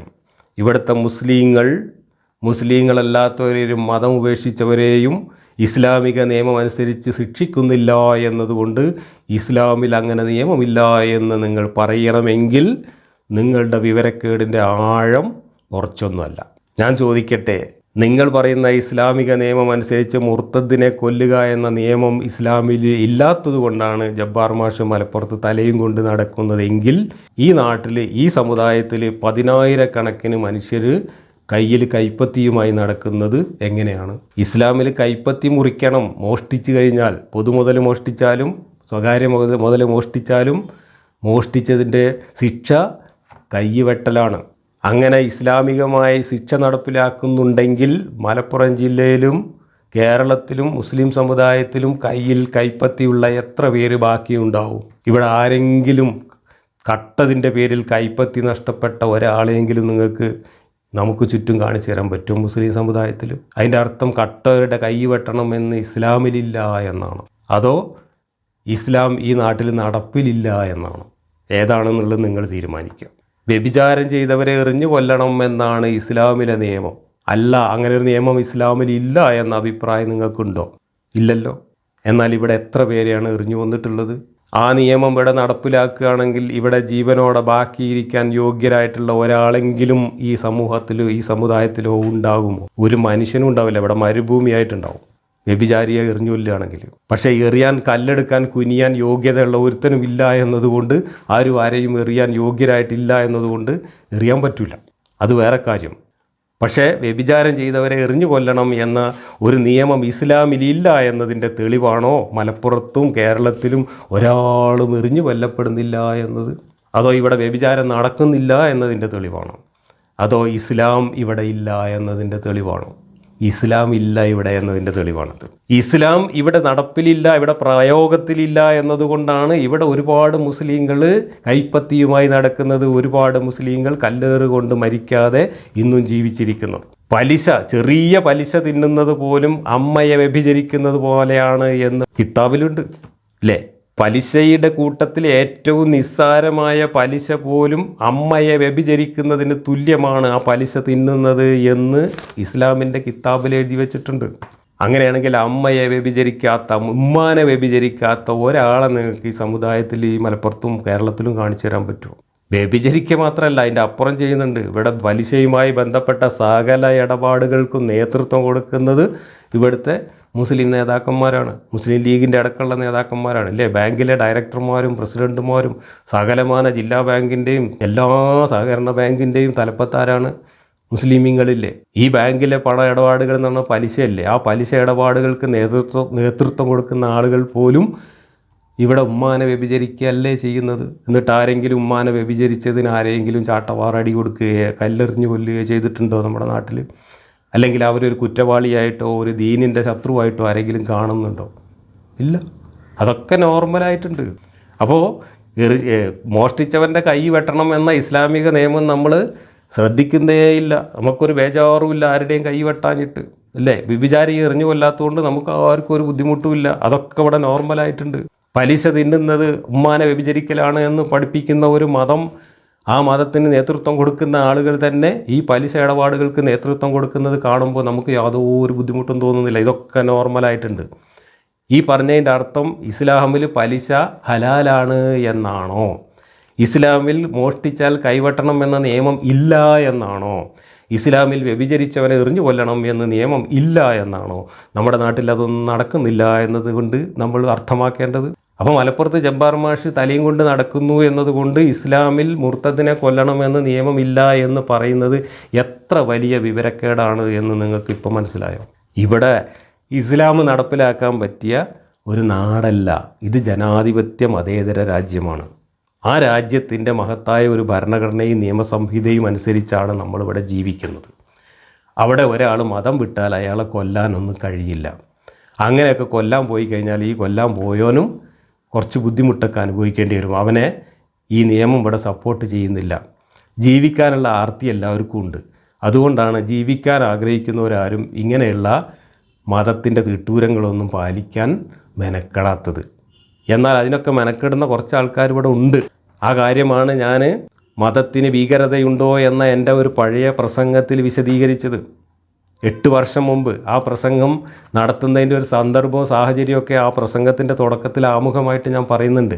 അതിൽ നിന്നാണ് ചില വിദ്വാൻമാർ ഇപ്പോൾ ഒരു ചെറിയ കഷ്ണം എടുത്തിട്ട് നാടാകെ പ്രചരിപ്പിക്കുന്നത്. ISISൽ ചേർന്ന് ഇവിടുന്ന് മാടുമേക്കാൻ പോയ കുറച്ച് ഭീകരവാദികൾ പുറത്തെവിടെയോ ഇരുന്നു കൊണ്ട് എന്നെ കൊല്ലണമെന്നൊക്കെ പറഞ്ഞുകൊണ്ട് ബ്ലോഗ് ഉണ്ടാക്കി ആ ബ്ലോഗിൽ എഴുതിയ ഭീഷണി, അന്ന് ആ വധഭീഷണി അനുസരിച്ച് ഭീകരവാദികൾ നമ്മളെ കൊല്ലാൻ വേണ്ടി ഫോളോ ചെയ്യുന്നുണ്ട് എന്ന വിവരം പോലീസിൻ്റെയും ഇൻ്റലിജൻസിൻ്റെയും റിപ്പോർട്ട് കിട്ടിയതിൻ്റെ അടിസ്ഥാനത്തിലാണ് നമ്മളന്ന് ഇവിടുന്ന് മാറി താമസിക്കുകയും അമേരിക്കയിലേക്ക് പോവുകയൊക്കെ ചെയ്തത് 2016. ആ ഒരു സന്ദർഭത്തിൽ 2016 വണ്ടൂരിൽ വെച്ചിട്ട് ആ ഒരു പ്രസംഗം നടത്തുന്നത്. ആ പ്രസംഗത്തിൽ ഞാൻ ആ ബ്ലോഗിൽ അവർ ഖുർആനും ഹദീസും ഉദ്ധരിച്ചുകൊണ്ട് മലപ്പുറത്ത് ജബ്ബാറൊക്കെ തലയും കൊണ്ട് ജീവിച്ചിരിക്കുന്നത് മലപ്പുറത്ത് ഈമാനുള്ള ഒറ്റ മുസ്ലിമും ഇല്ലാത്തത് കൊണ്ടാണ് എന്ന് പറഞ്ഞതാണ്, എന്ന് എഴുതി വെച്ചതാണ് ഞാൻ അന്ന് അവിടെ വായിച്ച് കേൾപ്പിച്ചത്. അപ്പോൾ എന്താ കാരണം? ഞാനൊക്കെ ഇവിടെ ജീവിച്ചിരിക്കുന്നതിനും ഇവിടെ മോഷ്ടിച്ച എല്ലാവരുടെയും കയ്യിൽ കൈപ്പത്തി നിലനിൽക്കുന്നതിനും ഇവിടുത്തെ ഒരു വ്യഭിചാരിയും എറിഞ്ഞു കൊല്ലപ്പെടാതിരിക്കുന്നതിനും എന്താ കാരണം? ഈ തീവ്രവാദികൾ പറയുന്നതനുസരിച്ച് ഇവിടെ ഇസ്ലാമില്ല, ഇസ്ലാം നടപ്പിലില്ല. എന്താ ഇസ്ലാം ഇവിടെ നടപ്പിലാക്കാൻ പറ്റാത്തത്? ഇസ്ലാം ഇവിടെ പ്രായോഗികമല്ല. ഇവിടെ മാത്രമല്ല, സൗദി അറേബ്യയിൽ പോലും പ്രായോഗികമല്ല ഇസ്ലാം എന്നും ഇസ്ലാം കാലഹരണപ്പെട്ടിരിക്കുന്നു എന്നും ബോധ്യപ്പെട്ട് കഴിഞ്ഞിട്ടുണ്ട്. അതല്ലേ സൗദി അറേബ്യയിലൊക്കെ ഇപ്പോൾ നടക്കുന്ന പരിഷ്കാരങ്ങൾ എന്താ? ഇങ്ങനെയൊക്കെ സമൂഹം മാറിയിട്ടുണ്ടെങ്കിൽ പിന്നെ നമ്മൾ എന്തിനാണ് ഇസ്ലാമിനെ വിമർശിക്കുന്നത് എന്നാണ് നിങ്ങളുടെ ചോദ്യമെങ്കിൽ ആ ചോദ്യത്തിനുള്ള ഉത്തരമാണ് ഈ പ്രതികരണങ്ങൾ. ഒരു 2 സുഹൃത്തുക്കളുടെ കൂടെ ഫോട്ടോ എടുത്തതിന് ഇത്രയും അസഹിഷ്ണുത പ്രകടിപ്പിക്കുന്ന ആളുകൾ ഇന്നും നമ്മുടെ സമൂഹത്തിൽ ജീവിച്ചിരിപ്പുണ്ട് എന്നത് തന്നെയാണ് ഈ മതത്തെ ഇനിയും വിമർശിക്കേണ്ടതുണ്ട് എന്ന് വ്യക്തമാക്കുന്നത്. അത് പറയാൻ വേണ്ടിയിട്ടാണ് ഞാൻ ഈ വീഡിയോ ചെയ്യുന്നത്. ഇന്ന് ലോകത്തെല്ലായിടത്തും, നമ്മുടെ നാട്ടിലും ജനാധിപത്യം ഉള്ളിടത്തും ഇല്ലാത്തയിടത്തും ഒക്കെ ഇസ്ലാം പോലുള്ള ഒരു ഗോത്രകാല മതത്തിൻ്റെ നിയമങ്ങൾ നടപ്പിലാക്കാൻ കഴിയില്ല എന്ന് ആ മതത്തിൽ വിശ്വസിക്കുന്ന 99.9% മനുഷ്യർക്കും ബോധ്യപ്പെട്ടിട്ടുണ്ടെങ്കിൽ അതിൻ്റെ കാരണം എന്താണെന്നറിയോ? ഇസ്ലാം പ്രായോഗികമല്ല എന്നത് മാത്രമല്ല അതിൻ്റെ കാരണം ഇസ്ലാം മാനവിക വിരുദ്ധമാണ്, മനുഷ്യത്വ വിരുദ്ധമാണ്. മനുഷ്യൻ ഇന്ന് ആർജിച്ചിട്ടുള്ള ധാർമ്മിക സങ്കല്പങ്ങൾക്ക് വിരുദ്ധമാണ് എന്നതുകൊണ്ടാണ്. ആ ധാർമ്മിക സങ്കല്പങ്ങൾ ഇസ്ലാം എന്ന വിശ്വാസത്തിൻ്റെ ഗ്രാവിറ്റിയേക്കാൾ ഒരു വിശ്വാസിയുടെ മനസ്സിനെ സ്വാധീനിക്കുന്നത് കൊണ്ടാണ് ഈ മതം വിശ്വസിക്കുന്ന ആളുകളും ഈ മതത്തെ പ്രായോഗികമായി തള്ളിക്കളയുന്നത്, ഈ മതത്തിൻ്റെ നിയമങ്ങളെ കണ്ടില്ലെന്ന് നടിക്കുന്നത്. അതല്ലെങ്കിൽ അതിനെയൊക്കെ എങ്ങനെയെങ്കിലും മാറ്റിമറിക്കാനും വെള്ളം ചേർക്കാനും പെയിൻ്റ് അടിക്കാനും ഒക്കെ ഇന്ന് പരിശ്രമിക്കുന്നത് എന്തുകൊണ്ടാണ്? ഇന്ന് നമ്മൾ ജീവിക്കുന്ന കാലഘട്ടത്തിൻ്റെ ജനാധിപത്യത്തിൻ്റെയും മതേതരത്വത്തിൻ്റെയും മാനവികതയുടെയും ധാർമ്മിക മൂല്യങ്ങളുടെ ഗ്രാവിറ്റി ഈ മതവിശ്വാസം മുന്നോട്ട് വയ്ക്കുന്ന ഗ്രാവിറ്റിയേക്കാൾ വളരെ കൂടുതലാണ് എന്നതുകൊണ്ടാണ് മനുഷ്യർ മനുഷ്യത്വത്തിലേക്ക് ചാഞ്ഞു പോവുകയും മതാന്ധതയിൽ നിന്ന് മാറി നിൽക്കുകയും ചെയ്യുന്നത്. അവിടെ ഈ നല്ല മനുഷ്യരെ കൂടി ഈ മതത്തിൻ്റെ ഗ്രാവിറ്റിയിലേക്ക് പിടിച്ചു വലിക്കാൻ ശ്രമിക്കുന്ന ഒരു വിഭാഗം തീവ്ര മതവിശ്വാസികൾ വിഷലിപ്തമായ ആശയങ്ങളുമായി നമ്മുടെ സമൂഹത്തിൽ നിലനിൽക്കുന്നു, ആശയപ്രചരണം നടത്തുന്നു, മതം പ്രചരിപ്പിക്കുന്നു, അതനുസരിച്ചുള്ള അനാശാസ്യമായിട്ടുള്ള പല പ്രവർത്തനങ്ങളും നടത്തുന്നു. ജോസഫ് മാഷെ കൈവെട്ടിയതുപോലെ, ചേകനൂർ മൗലവിയെ കൊന്നതുപോലെ, അതുപോലെ ഫാറൂഖിനെ വെട്ടിക്കൊന്നതുപോലെയൊക്കെയുള്ള സംഭവങ്ങൾ നമ്മുടെ നാട്ടിൽ നടക്കുന്നുണ്ട്. അതിൻ്റെ അടിസ്ഥാനപരമായി കാരണമായി നിലനിൽക്കുന്നത് ഈ മതമാണ്, ഈ മതത്തിലുള്ള അന്ധമായ വിശ്വാസമാണ്. അപ്പോൾ ഇവിടെ മനുഷ്യരെ കൂടുതൽ നല്ല മനുഷ്യരാക്കി മാറ്റണമെങ്കിൽ ഈ മതവിശ്വാസികളായ ആളുകളെ ആ മതത്തിൻ്റെ ഗ്രാവിറ്റിയിലേക്ക് ചായാതെ മാനവികതയിലേക്ക് നയിക്കണമെങ്കിൽ ഈ മതം പൊള്ളയാണെന്നും ഇത് ഗോത്രകാലത്ത് മനുഷ്യൻ നിർമ്മിച്ചതാണെന്നും ഇതിൻ്റെ താല്പര്യങ്ങൾ നമ്മൾ കരുതുന്നത് പോലെ ദൈവത്തിൻ്റെയും സ്വർഗത്തിൻ്റെയും പരലോകത്തിൻ്റെയും അല്ല എന്നും ഈ മനുഷ്യരെ ബോധ്യപ്പെടുത്തേണ്ടതുണ്ട്.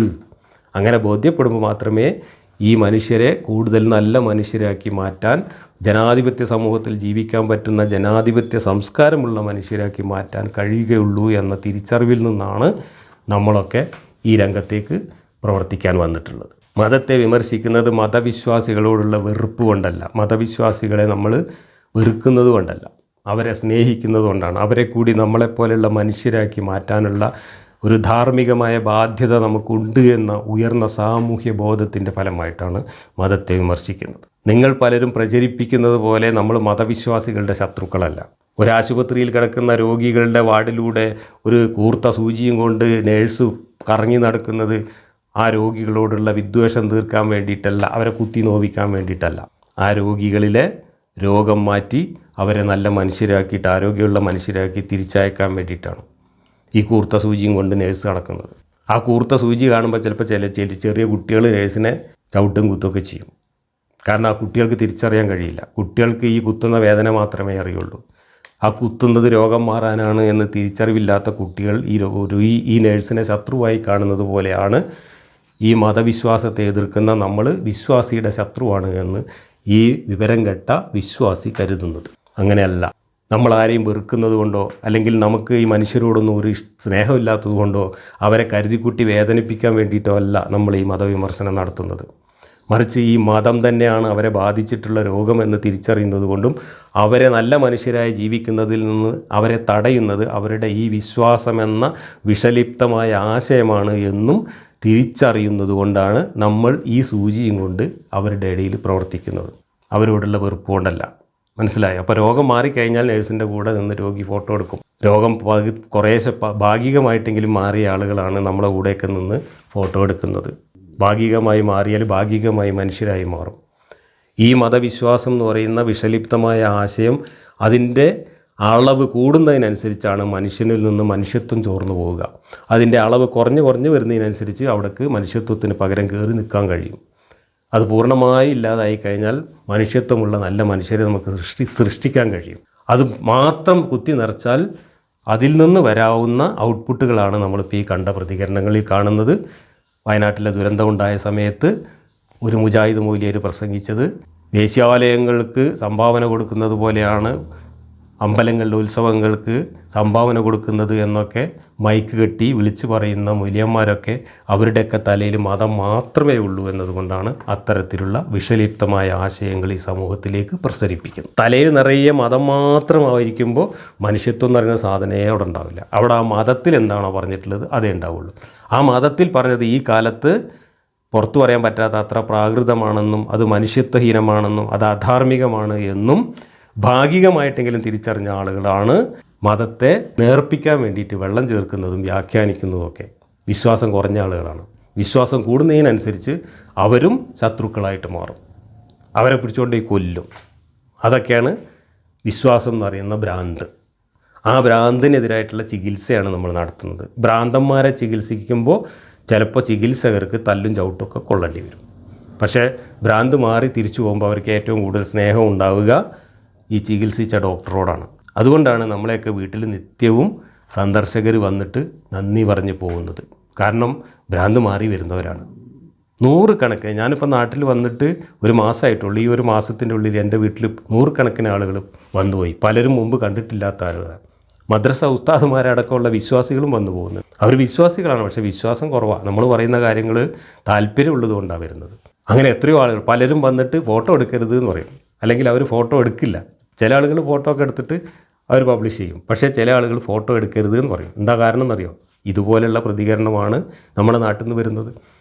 അതുകൊണ്ട് ഫോട്ടോ എടുത്ത് എവിടെയെങ്കിലും പബ്ലിഷ് ചെയ്ത് കഴിഞ്ഞാൽ അവർക്ക് നാളെ നാട്ടിൽ ജീവിക്കാൻ പറ്റില്ല. പലതരത്തിലുള്ള ബുദ്ധിമുട്ടുകളുണ്ടാവും. അതുകൊണ്ടാണ് രഹസ്യമായിട്ട് വന്ന് കണ്ട് സംസാരിച്ച് സ്നേഹം അറിയിച്ച് പോകുന്നത്.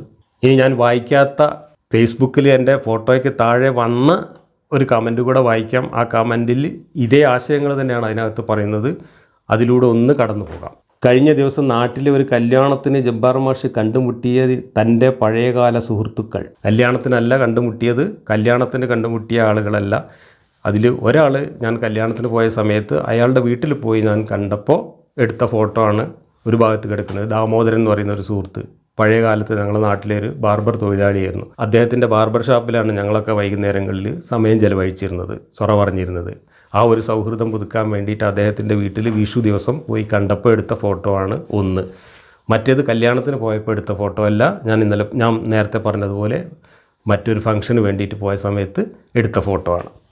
മലപ്പുറം പോലെ ഒരു മുസ്ലിം ഭൂരിപക്ഷ പ്രദേശത്താണ് മതം ഉപേക്ഷിക്കുകയും ആ മതത്തെയും അതിൻ്റെ വിശ്വാസികളെയും അതിലെ പ്രവാചകനെയും നിരന്തരം അധിക്ഷേപിക്കുകയും ചെയ്യുന്ന എ ജബ്ബാർ ജീവിക്കുന്നത്. ഞാൻ വിശ്വാസികളെ അധിക്ഷേപിച്ചിട്ടില്ല, ഞാൻ ആരെയും അധിക്ഷേപിക്കാൻ ഉദ്ദേശിച്ചിട്ടുമില്ല. പക്ഷേ വിശ്വാസത്തെ ഞാൻ വിമർശിച്ചിട്ടുണ്ട്.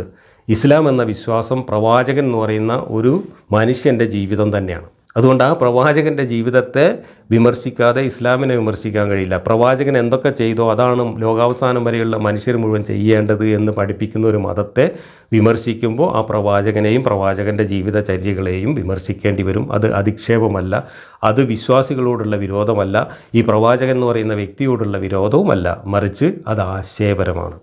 ആ ആശയമാണ് ഇന്ന് വലിയ ദുരന്തങ്ങൾ സൃഷ്ടിക്കുന്നത് എന്നതുകൊണ്ടാണ് ഈ പ്രവാചകൻ്റെ ജീവിതചര്യകൾ ഈ കാലത്ത് മാതൃകയാക്കാൻ പറ്റിയതല്ല എന്ന് നമ്മൾ പറയുന്നത്. അതിലൊന്നും അസഹിഷ്ണുത കാണിച്ചതുകൊണ്ട് വിഷയം മറ്റൊന്നായി മാറുകയില്ല. അവിടെയുള്ള സകല കല്യാണങ്ങൾക്കും പ്രസവ കുളികൾക്കും ആ നാട്ടിലെ മുസ്ലിങ്ങൾ ജബ്ബാറിനെ വിളിക്കുന്നുണ്ട്. അവിടെയൊക്കെ പോയി വയറു നിറയെ മൂപ്പര് മുണുങ്ങുന്നുമുണ്ട്. ഞാൻ പറഞ്ഞു കഴിഞ്ഞു, അവിടെയൊക്കെ പോകുന്നത് വിളിക്കുന്നതും വിളിക്കുന്നിടത്ത് പോകുന്നതും മുണുങ്ങാനല്ല, മനുഷ്യരുമായിട്ടുള്ള സ്നേഹവും സൗഹൃദവും പുതുക്കാനും പങ്കുവെക്കാനുമാണ്. അവിടെ കാണുന്ന വിശ്വാസികൾ ഇതുപോലെ അയാളെ സ്വീകരിക്കുകയും അയാളോട് സഹകരിക്കുകയും ചെയ്യുന്നുണ്ട്.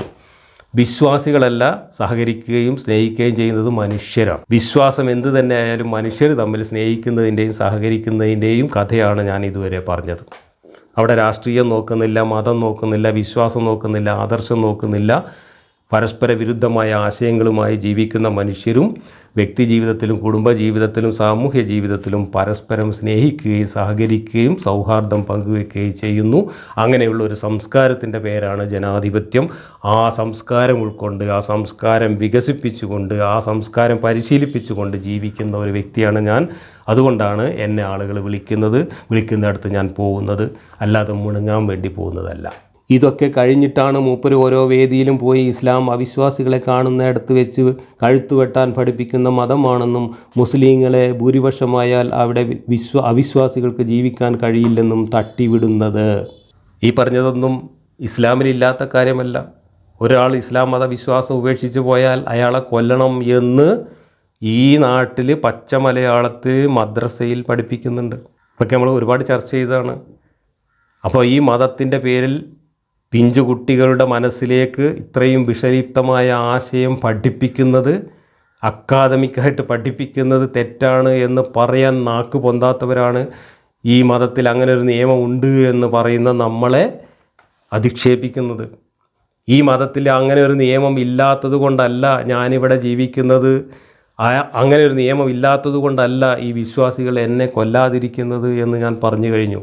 അങ്ങനെ കൊല്ലാൻ തോന്നാത്ത വിധം ഈ വിശ്വാസിയുടെ മനസ്സിൽ നമ്മളുടെ ജനാധിപത്യത്തിൻ്റെ സംസ്കാരം സ്വാധീനം ചെലുത്തുന്നത് കൊണ്ടാണ്.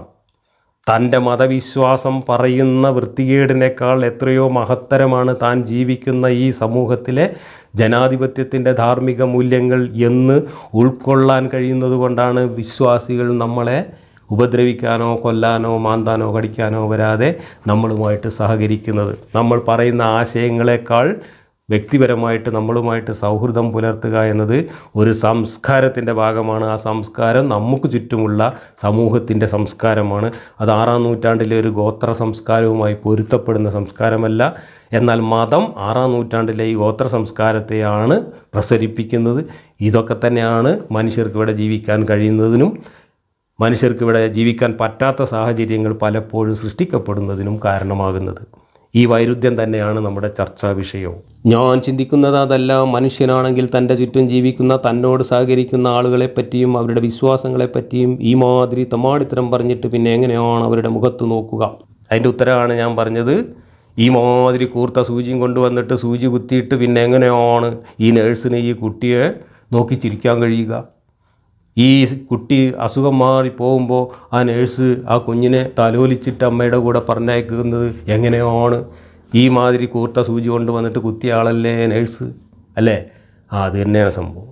ഈ വിശ്വാസികളെ വേദനിപ്പിക്കാൻ വേണ്ടിയിട്ടല്ല നമ്മൾ ഈ സൂചി കുത്തുന്നത് എന്ന് കുറേ വിശ്വാസികൾക്കൊക്കെ തിരിച്ചറിയുന്നുണ്ട്. അതുകൊണ്ടാണ് വിശ്വാസികൾ നമ്മളോട് സഹകരിക്കുന്നത്. അതുകൊണ്ടാണ് നമ്മൾ അവരെ മുമ്പിൽ പിന്നെ പോയി ചിരിക്കുന്നത്. അവരെ ശത്രുക്കളായി കണ്ടുകൊണ്ട് അവരെ ഉപദ്രവിക്കാൻ വേണ്ടിയിട്ടല്ല നമ്മൾ ഈ പണിയെടുക്കുന്നത് എന്നതുകൊണ്ടാണ് അവരുമായിട്ട് നമുക്ക് ഈ സൗഹൃദം പുലർത്താൻ കഴിയുന്നത്, ആത്മാർത്ഥമായിട്ട് അവരെ സ്നേഹിക്കാൻ കഴിയുന്നത്. ഞാൻ മതവിശ്വാസികളെയല്ല എതിർക്കുന്നത്, അവരുടെ തന്നെ ശത്രുവായ അവരുടെ വിശ്വാസത്തെയാണ് എതിർക്കുന്നത്. അവർ നല്ല മനുഷ്യരായി ജീവിക്കുന്നതിന് അവരെ തടസ്സപ്പെടുത്തുന്ന അവരുടെ വിശ്വാസം, വിഷലിപ്തമായ അവരുടെ വിശ്വാസം വലിയ ആപത്താണ് എന്ന് തിരിച്ചറിഞ്ഞ് ആ തിരിച്ചറിവ് അവരിൽ കൂടി ഉണ്ടാക്കാനാണ് നമ്മൾ പരിശ്രമിച്ചുകൊണ്ടിരിക്കുന്നത്. അത് അവരുടെ ശത്രുവായതുകൊണ്ടല്ല, അവരുടെ മിത്രമായതുകൊണ്ടാണ്, അവരെ സ്നേഹിക്കുന്നതുകൊണ്ട്, അവരും നമ്മളും ഒരുപോലെയുള്ള മനുഷ്യരായതുകൊണ്ടാണ്. അത് തിരിച്ചറിയാൻ കഴിയാത്ത വിധത്തിൽ ഈ രീതിയിൽ വിഷലിപ്തമായ പ്രതികരണങ്ങൾ പരസ്യമായിട്ട് യാതൊരു ഉളുപ്പുമില്ലാതെ പ്രചരിപ്പിക്കുന്ന ആളുകളുടെ മനസ്സ് എത്രമാത്രം മലിനമാണ് എന്ന് അവർ തന്നെ ലോകത്തെ ബോധ്യപ്പെടുത്തുകയാണ് ഇവിടെ ചെയ്തത്. അതാണ് ഞാൻ പറഞ്ഞത്, സ്വന്തം മൂട്ടിലേക്ക് വെടിവെക്കുകയാണ് ഇവിടെ ചെയ്യുന്നത്. തങ്ങളുടെ മതം എത്ര പ്രാകൃതമാണ് എന്ന് ഈ മതത്തിൻ്റെ ഉള്ളിലും പുറത്തുമുള്ള മുഴുവൻ ആളുകളെയും നാട്ടുകാരെയും മുഴുവൻ ബോധ്യപ്പെടുത്തുന്നതാണ് ഈ പ്രതികരണം. ഇവിടെ താടിയും നിസ്കാരത്തഴമ്പും തൊപ്പിയുള്ള 2 സുഹൃത്തുക്കൾ അവരുടെ ഫോട്ടോ കണ്ടിട്ട് അവരുടെ കൂടെ ഞാൻ നിൽക്കുന്നത് കണ്ടിട്ടാണ് ഈ കുരുവെല്ലാം പൊട്ടിയിരിക്കുന്നത്. ഞാൻ എത്രയോ ഫോട്ടോകൾ ഫേസ്ബുക്കിൽ ഇടാറുണ്ട്. എൻ്റെ വീട്ടിൽ വരുന്ന പലരുടെയും ഫോട്ടോ ഇടാറുണ്ട്. ഞാൻ യാത്ര പോകുമ്പോൾ ഫോട്ടോ ഇടാറുണ്ട്. പല സുഹൃത്തുക്കളുടെ കൂടെയുള്ള ഫോട്ടോ ഇടാറുണ്ട്. ആ ഫോട്ടോകളിലൊന്നും ഇല്ലാത്ത അസഹിഷ്ണുത ഈ ഫോട്ടോയ്ക്ക് താഴെ വരാൻ കാരണം ഈ 2 പേരുടെയും വേഷമാണ്. നേരത്തെ ഞാൻ വായിച്ചതിൽ എന്താ അവരെക്കുറിച്ച് പറഞ്ഞത്? സമ്പൂർണ്ണമായി ഇസ്ലാമികമായ ജീവിതം നയിക്കുന്നവർ എന്നാണ്. എങ്ങനെ ഇവർക്കത് മനസ്സിലായത്? ഈ താടി കണ്ടിട്ടോ, നിസ്കാരത്താഴ്മ്പ് കണ്ടിട്ടോ, തൊപ്പി കണ്ടിട്ടോ? അങ്ങനെയാണെങ്കിൽ സമ്പൂർണ്ണമായി ഇസ്ലാമിക ജീവിതം നയിക്കുന്നവർ ആരാണ്? താലിബാൻകാരാണ്, അല്ലേ? ഒസാമ ബിൻ ലാദനാണ്. ആ വേഷത്തിൽ ഏറ്റവും കൂടുതൽ കാണപ്പെടുന്ന വർഗം അവരൊക്കെയാണ്. അപ്പോൾ അവരൊക്കെ സമ്പൂർണ്ണമായ ഇസ്ലാമിക ജീവിതം നയിക്കുന്നവരാണ് എന്നല്ല ഇവർ നാട്ടുകാരോട് ഈ പറയുന്നത്. ഈ താടിയും ഈ നിസ്കാരത്താഴ്മ്പും തൊപ്പിയുള്ള ഈ മനുഷ്യന്മാരും ഞാനുമായിട്ടുള്ള ബന്ധം എന്താണ് എന്ന് ഇവർക്ക് വല്ല പിടിപാടുമുണ്ടോ? ഇവർക്കറിയുമോ? ഇവർ സമ്പൂർണ്ണമായ ഇസ്ലാമിക ജീവിതം നയിക്കുന്നവരാണ് എന്ന അറിവ് ഇവർക്ക് എവിടുന്നാണ് കിട്ടിയത്? ഇവർ ഈ നാട്ടിൽ പോയിട്ട് ഇവരെയൊക്കെ പരിചയപ്പെട്ടിട്ട് അവരുടെ എല്ലാ ജീവിതം നിരീക്ഷിച്ചിട്ടാണോ പറയുന്നത്? അതേസമയത്ത് ഞാൻ ഇവരുടെ കൂടെ നിൽക്കുന്നത് 10-25 കൊല്ലം ഞങ്ങൾ ഒരുമിച്ച് ജീവിച്ചതിൻ്റെ അനുഭവങ്ങളുടെ അടിസ്ഥാനത്തിലാണ്. ആ സ്നേഹത്തിൻ്റെ സൗഹൃദത്തിൻ്റെ അടിസ്ഥാനത്തിലാണ് ഞങ്ങൾ ഒരുമിച്ച് നിന്ന് ഫോട്ടോ എടുക്കുന്നത്. ഇതിൽ നിൽക്കുന്ന ഈ 2 പേരും എൻ്റെ വളരെ കാലത്തെ സുഹൃത്തുക്കളാണ്. ഈ നിൽക്കുന്ന കുഞ്ഞബ്ദുള്ള എന്ന് പറയുന്ന മനുഷ്യൻ്റെ വീട്ടിലൊക്കെ ഞാൻ നിത്യസന്ദർശകനായിരുന്നു. എത്രയോ തവണ അവിടെ നിന്ന് ഭക്ഷണം കഴിച്ച് അവിടെ നേരം വെളുക്കോളായിരുന്നു ഞങ്ങൾ വർത്തമാനം പറയുകയും ദൈവം ഉണ്ടോ ഇല്ലേ എന്നുള്ള കാര്യം വരെ തർക്കിക്കുകയൊക്കെ ചെയ്തിട്ടുണ്ട്. ഇസ്ലാമിനെക്കുറിച്ച് തർക്കിച്ചിട്ടുണ്ട്. ഞങ്ങളൊക്കെ തർക്കത്തിലേർപ്പെട്ടിട്ടുണ്ട് എത്രയോ കാലം. അതോടൊപ്പം ഇവരെ 2 പേരുടെയും മക്കളെ നമ്മൾ പഠിപ്പിച്ചിട്ടുണ്ട്. ഈ കുഞ്ഞബ്ദുള്ളയുടെ 3 മക്കളെയും ഞങ്ങൾ പഠിപ്പിച്ചിട്ടുണ്ട്. ആ കാലത്ത് സ്കൂളുമായിട്ട് നിരന്തരം ബന്ധപ്പെടുന്ന രക്ഷിതാവാണ് അദ്ദേഹം. ആ സ്കൂളിൻ്റെ സമഗ്രമായ പുരോഗതിക്ക് വേണ്ടിയിട്ട് ഇവരൊക്കെ ആയിട്ട് സഹകരിച്ചുകൊണ്ട് നമ്മൾ അധ്യാപകർ എന്നുള്ള നിലയ്ക്ക് എത്രയോ പ്രവർത്തനങ്ങളിൽ ഏർപ്പെട്ടിട്ടുണ്ട്. സാക്ഷരതാ പ്രവർത്തനങ്ങളിൽ ഏർപ്പെട്ടിട്ടുണ്ട്. നാട്ടിലെ പല കാര്യങ്ങൾ, വായനശാലയുടെ കാര്യത്തിൽ, ക്ലബിൻ്റെ കാര്യത്തിൽ, എല്ലാ തരം രാഷ്ട്രീയ പ്രവർത്തനങ്ങളിലും മറ്റ് പ്രവർത്തനങ്ങളിലൊക്കെ ഒരുമിച്ച് പ്രവർത്തിച്ചിട്ടുള്ള സുഹൃത്തുക്കളാണ് ഇവർ. ഇവരുടെയൊക്കെ വീടുകളിൽ നല്ല കാര്യങ്ങളുണ്ടാകുമ്പോൾ പോയി പങ്കെടുക്കുകയും എന്തെങ്കിലും ആപത്തുണ്ടാകുമ്പോൾ പോയി സഹായിക്കുകയും ചെയ്തിട്ടുള്ള അനുഭവങ്ങളുണ്ട്. കുഞ്ഞബ്ദുള്ളയുടെ വൈഫ് ഒരു സമയത്ത് ഒരു ബസ് അപകടത്തിൽ പരിക്കുപറ്റി ആശുപത്രിയിലായിരുന്ന സമയത്ത് നമ്മളൊക്കെയാണ് അവർക്ക് ആ കുടുംബത്തിനെ സഹായിക്കാൻ അന്ന് ആശുപത്രിയിലും മറ്റും ഉണ്ടായിരുന്നത്. അങ്ങനെയുള്ള സൗഹൃദം പുലർത്തുന്ന 2 വ്യക്തികൾക്ക് കുറച്ച് താടി നീണ്ടതാണ് എന്ന് കണ്ടിട്ട് അവർ സമ്പൂർണ്ണമായി ഇസ്ലാമികമായി ജീവിക്കുന്നവരാണ് എന്ന് വിലയിരുത്തുകയും എന്നിട്ട് അവർ എൻ്റെ കൂടെ നിന്ന് ഫോട്ടോ എടുത്തതിന് അവരെ ചീത്ത പറയുകയും ചെയ്യണമെങ്കിൽ നിങ്ങളുടെയൊക്കെ മനസ്സിനെ, നിങ്ങളുടെ വിശ്വാസം എത്രമാത്രം മലിനമാക്കിയിരിക്കുന്നു എന്നാണത് സൂചിപ്പിക്കുന്നത്. അതാണ് ഞാൻ പറഞ്ഞത്, നിങ്ങൾ സ്വന്തം മൂട്ടിലേക്ക് വെടിവെക്കുകയാണ്. ഒരു മനുഷ്യനെ അയാളുടെ വേഷം കണ്ടിട്ടോ അയാളുടെ താടി കണ്ടിട്ടോ അല്ലെങ്കിൽ അയാളുടെ തൊപ്പി കണ്ടിട്ടോ വിലയിരുത്തിയിട്ട് ആ മനുഷ്യനുമായിട്ടുള്ള സൗഹൃദത്തെ ഈ രീതിയിലൊക്കെ വിലയിരുത്തണമെങ്കിൽ നിങ്ങളൊക്കെ എത്ര വലിയ വിവരക്കേടിൻ്റെ ആഴത്തിലാണ് ആണ്ട് കിടക്കുന്നത് എന്ന് ആലോചിച്ച് നോക്കൂ. എന്തേ നിങ്ങൾക്ക് മറ്റേ ഫോട്ടോയെക്കുറിച്ചൊന്നും പറയാതിരുന്നത്? അവിടെ ദാമോദരൻ എന്ന് പറയുന്നൊരു സുഹൃത്താണ് മറ്റേ ഫോട്ടോയിൽ കാണുന്നത്. അയാളും ഞങ്ങളൊക്കെ എത്രയോ കാലമായിട്ട് ഒരുമിച്ച് ജീവിച്ച ആളുകളാണ്. 10-40 കൊല്ലം ഞാൻ ജീവിച്ച ഒരു നാട്ടിൽ എൻ്റെ കൂടെ ജീവിക്കുകയും പ്രവർത്തിക്കുകയും ചെയ്ത മനുഷ്യരെയാണ് അവരെ കാണാൻ വേണ്ടിയിട്ടാണ്, ആ മനുഷ്യരെ കാണാനും സൗഹൃദം പങ്കുവെക്കാനും വേണ്ടിയിട്ടുമാണ് ഞാൻ ആ പ്രോഗ്രാമിന് പോകുന്നത്. അവിടെ വെച്ച് കണ്ടവരുമായിട്ടാണ് ഈ സൗഹൃദം പുതുക്കിയത്. ഇതവിടെ മാത്രമല്ല, ഇത് ഞാൻ ജീവിക്കുന്ന എല്ലാ മേഖലകളിലും ആരുടെ വിശ്വാസമോ രാഷ്ട്രീയമോ എന്നും നോക്കാതെ എല്ലാ മനുഷ്യരുമായിട്ടും സൗഹൃദം പുലർത്തുക എന്നതാണ് എൻ്റെ സംസ്കാരം. അതാണ് ഞാൻ ആർജിച്ച ജനാധിപത്യം എന്ന് പറയുന്ന സംസ്കാരം. ആ സംസ്കാരം ഈ കാലഘട്ടത്തിൻ്റെ, ഈ നാടിൻ്റെ ഏറ്റവും അനിവാര്യമായിട്ടുള്ള ഒരു സംസ്കാരമാണ്. ആ സംസ്കാരം വളർത്തിയെടുക്കുന്നതിന് വേണ്ടി തന്നെയാണ് മനുഷ്യരുടെ മനസ്സിൽ നിന്ന് ഇതുപോലെയുള്ള മാലിന്യങ്ങൾ നീക്കം ചെയ്യാൻ ആവശ്യമായ സാംസ്കാരിക പ്രവർത്തനങ്ങളിൽ ഞങ്ങളൊക്കെ ഏർപ്പെടുന്നത്. അതുകൊണ്ട് വിശ്വാസികളായ സുഹൃത്തുക്കളോട് എനിക്ക് പറയാനുള്ളത്, ഇതൊക്കെ നിങ്ങൾ വാട്സപ്പ് ഗ്രൂപ്പുകളിലൂടെ ആഘോഷമാക്കി കൊണ്ടു നടക്കുന്നുണ്ടെങ്കിൽ നിങ്ങൾ ചെയ്യുന്നത് മലർന്ന് കിടന്ന് തുപ്പുകയാണ്, സ്വന്തം മൂട്ടിൽ വെടിവെക്കുകയാണ്. നിങ്ങൾ നിങ്ങളുടെ മതത്തെ തകർക്കുകയാണ് ചെയ്യുന്നത്. അതെങ്കിലും നിങ്ങൾ തിരിച്ചറിയുക. നിങ്ങളുടെ മതത്തിൻ്റെ സംസ്കാരമല്ല ഈ മതം വിട്ടുപോയ മനുഷ്യസ്നേഹികളായിട്ടുള്ള ആളുകൾക്കുള്ളത് എന്ന് നിങ്ങൾ തിരിച്ചറിയണം. ഇവരെയൊക്കെ വെറുത്തുകൊണ്ട് ഇവരെയൊക്കെ ഇല്ലാതാക്കാൻ നടക്കുന്ന വിഷജീവികളല്ല ഞങ്ങളാരും. ഈ മനുഷ്യരെയൊക്കെ കൂടുതൽ നല്ല മനുഷ്യരാക്കാൻ വേണ്ടി പരിശ്രമിക്കുന്ന മനുഷ്യസ്നേഹികളാണ് എന്ന് തിരിച്ചറിയുക. അത്രേ എനിക്കിപ്പോൾ തൽക്കാലം പറയാനുള്ളൂ. ഇതുമായി ബന്ധപ്പെട്ടൊക്കെ ഇനിയും ഒരുപാട് കാര്യങ്ങൾ ചർച്ച ചെയ്യാനുണ്ട്. മറ്റൊരവസരത്തിൽ നമുക്ക് കൂടുതൽ കാര്യങ്ങൾ പറയാമെന്ന് പറഞ്ഞുകൊണ്ട് തൽക്കാലം ഞാൻ നിർത്തുന്നു.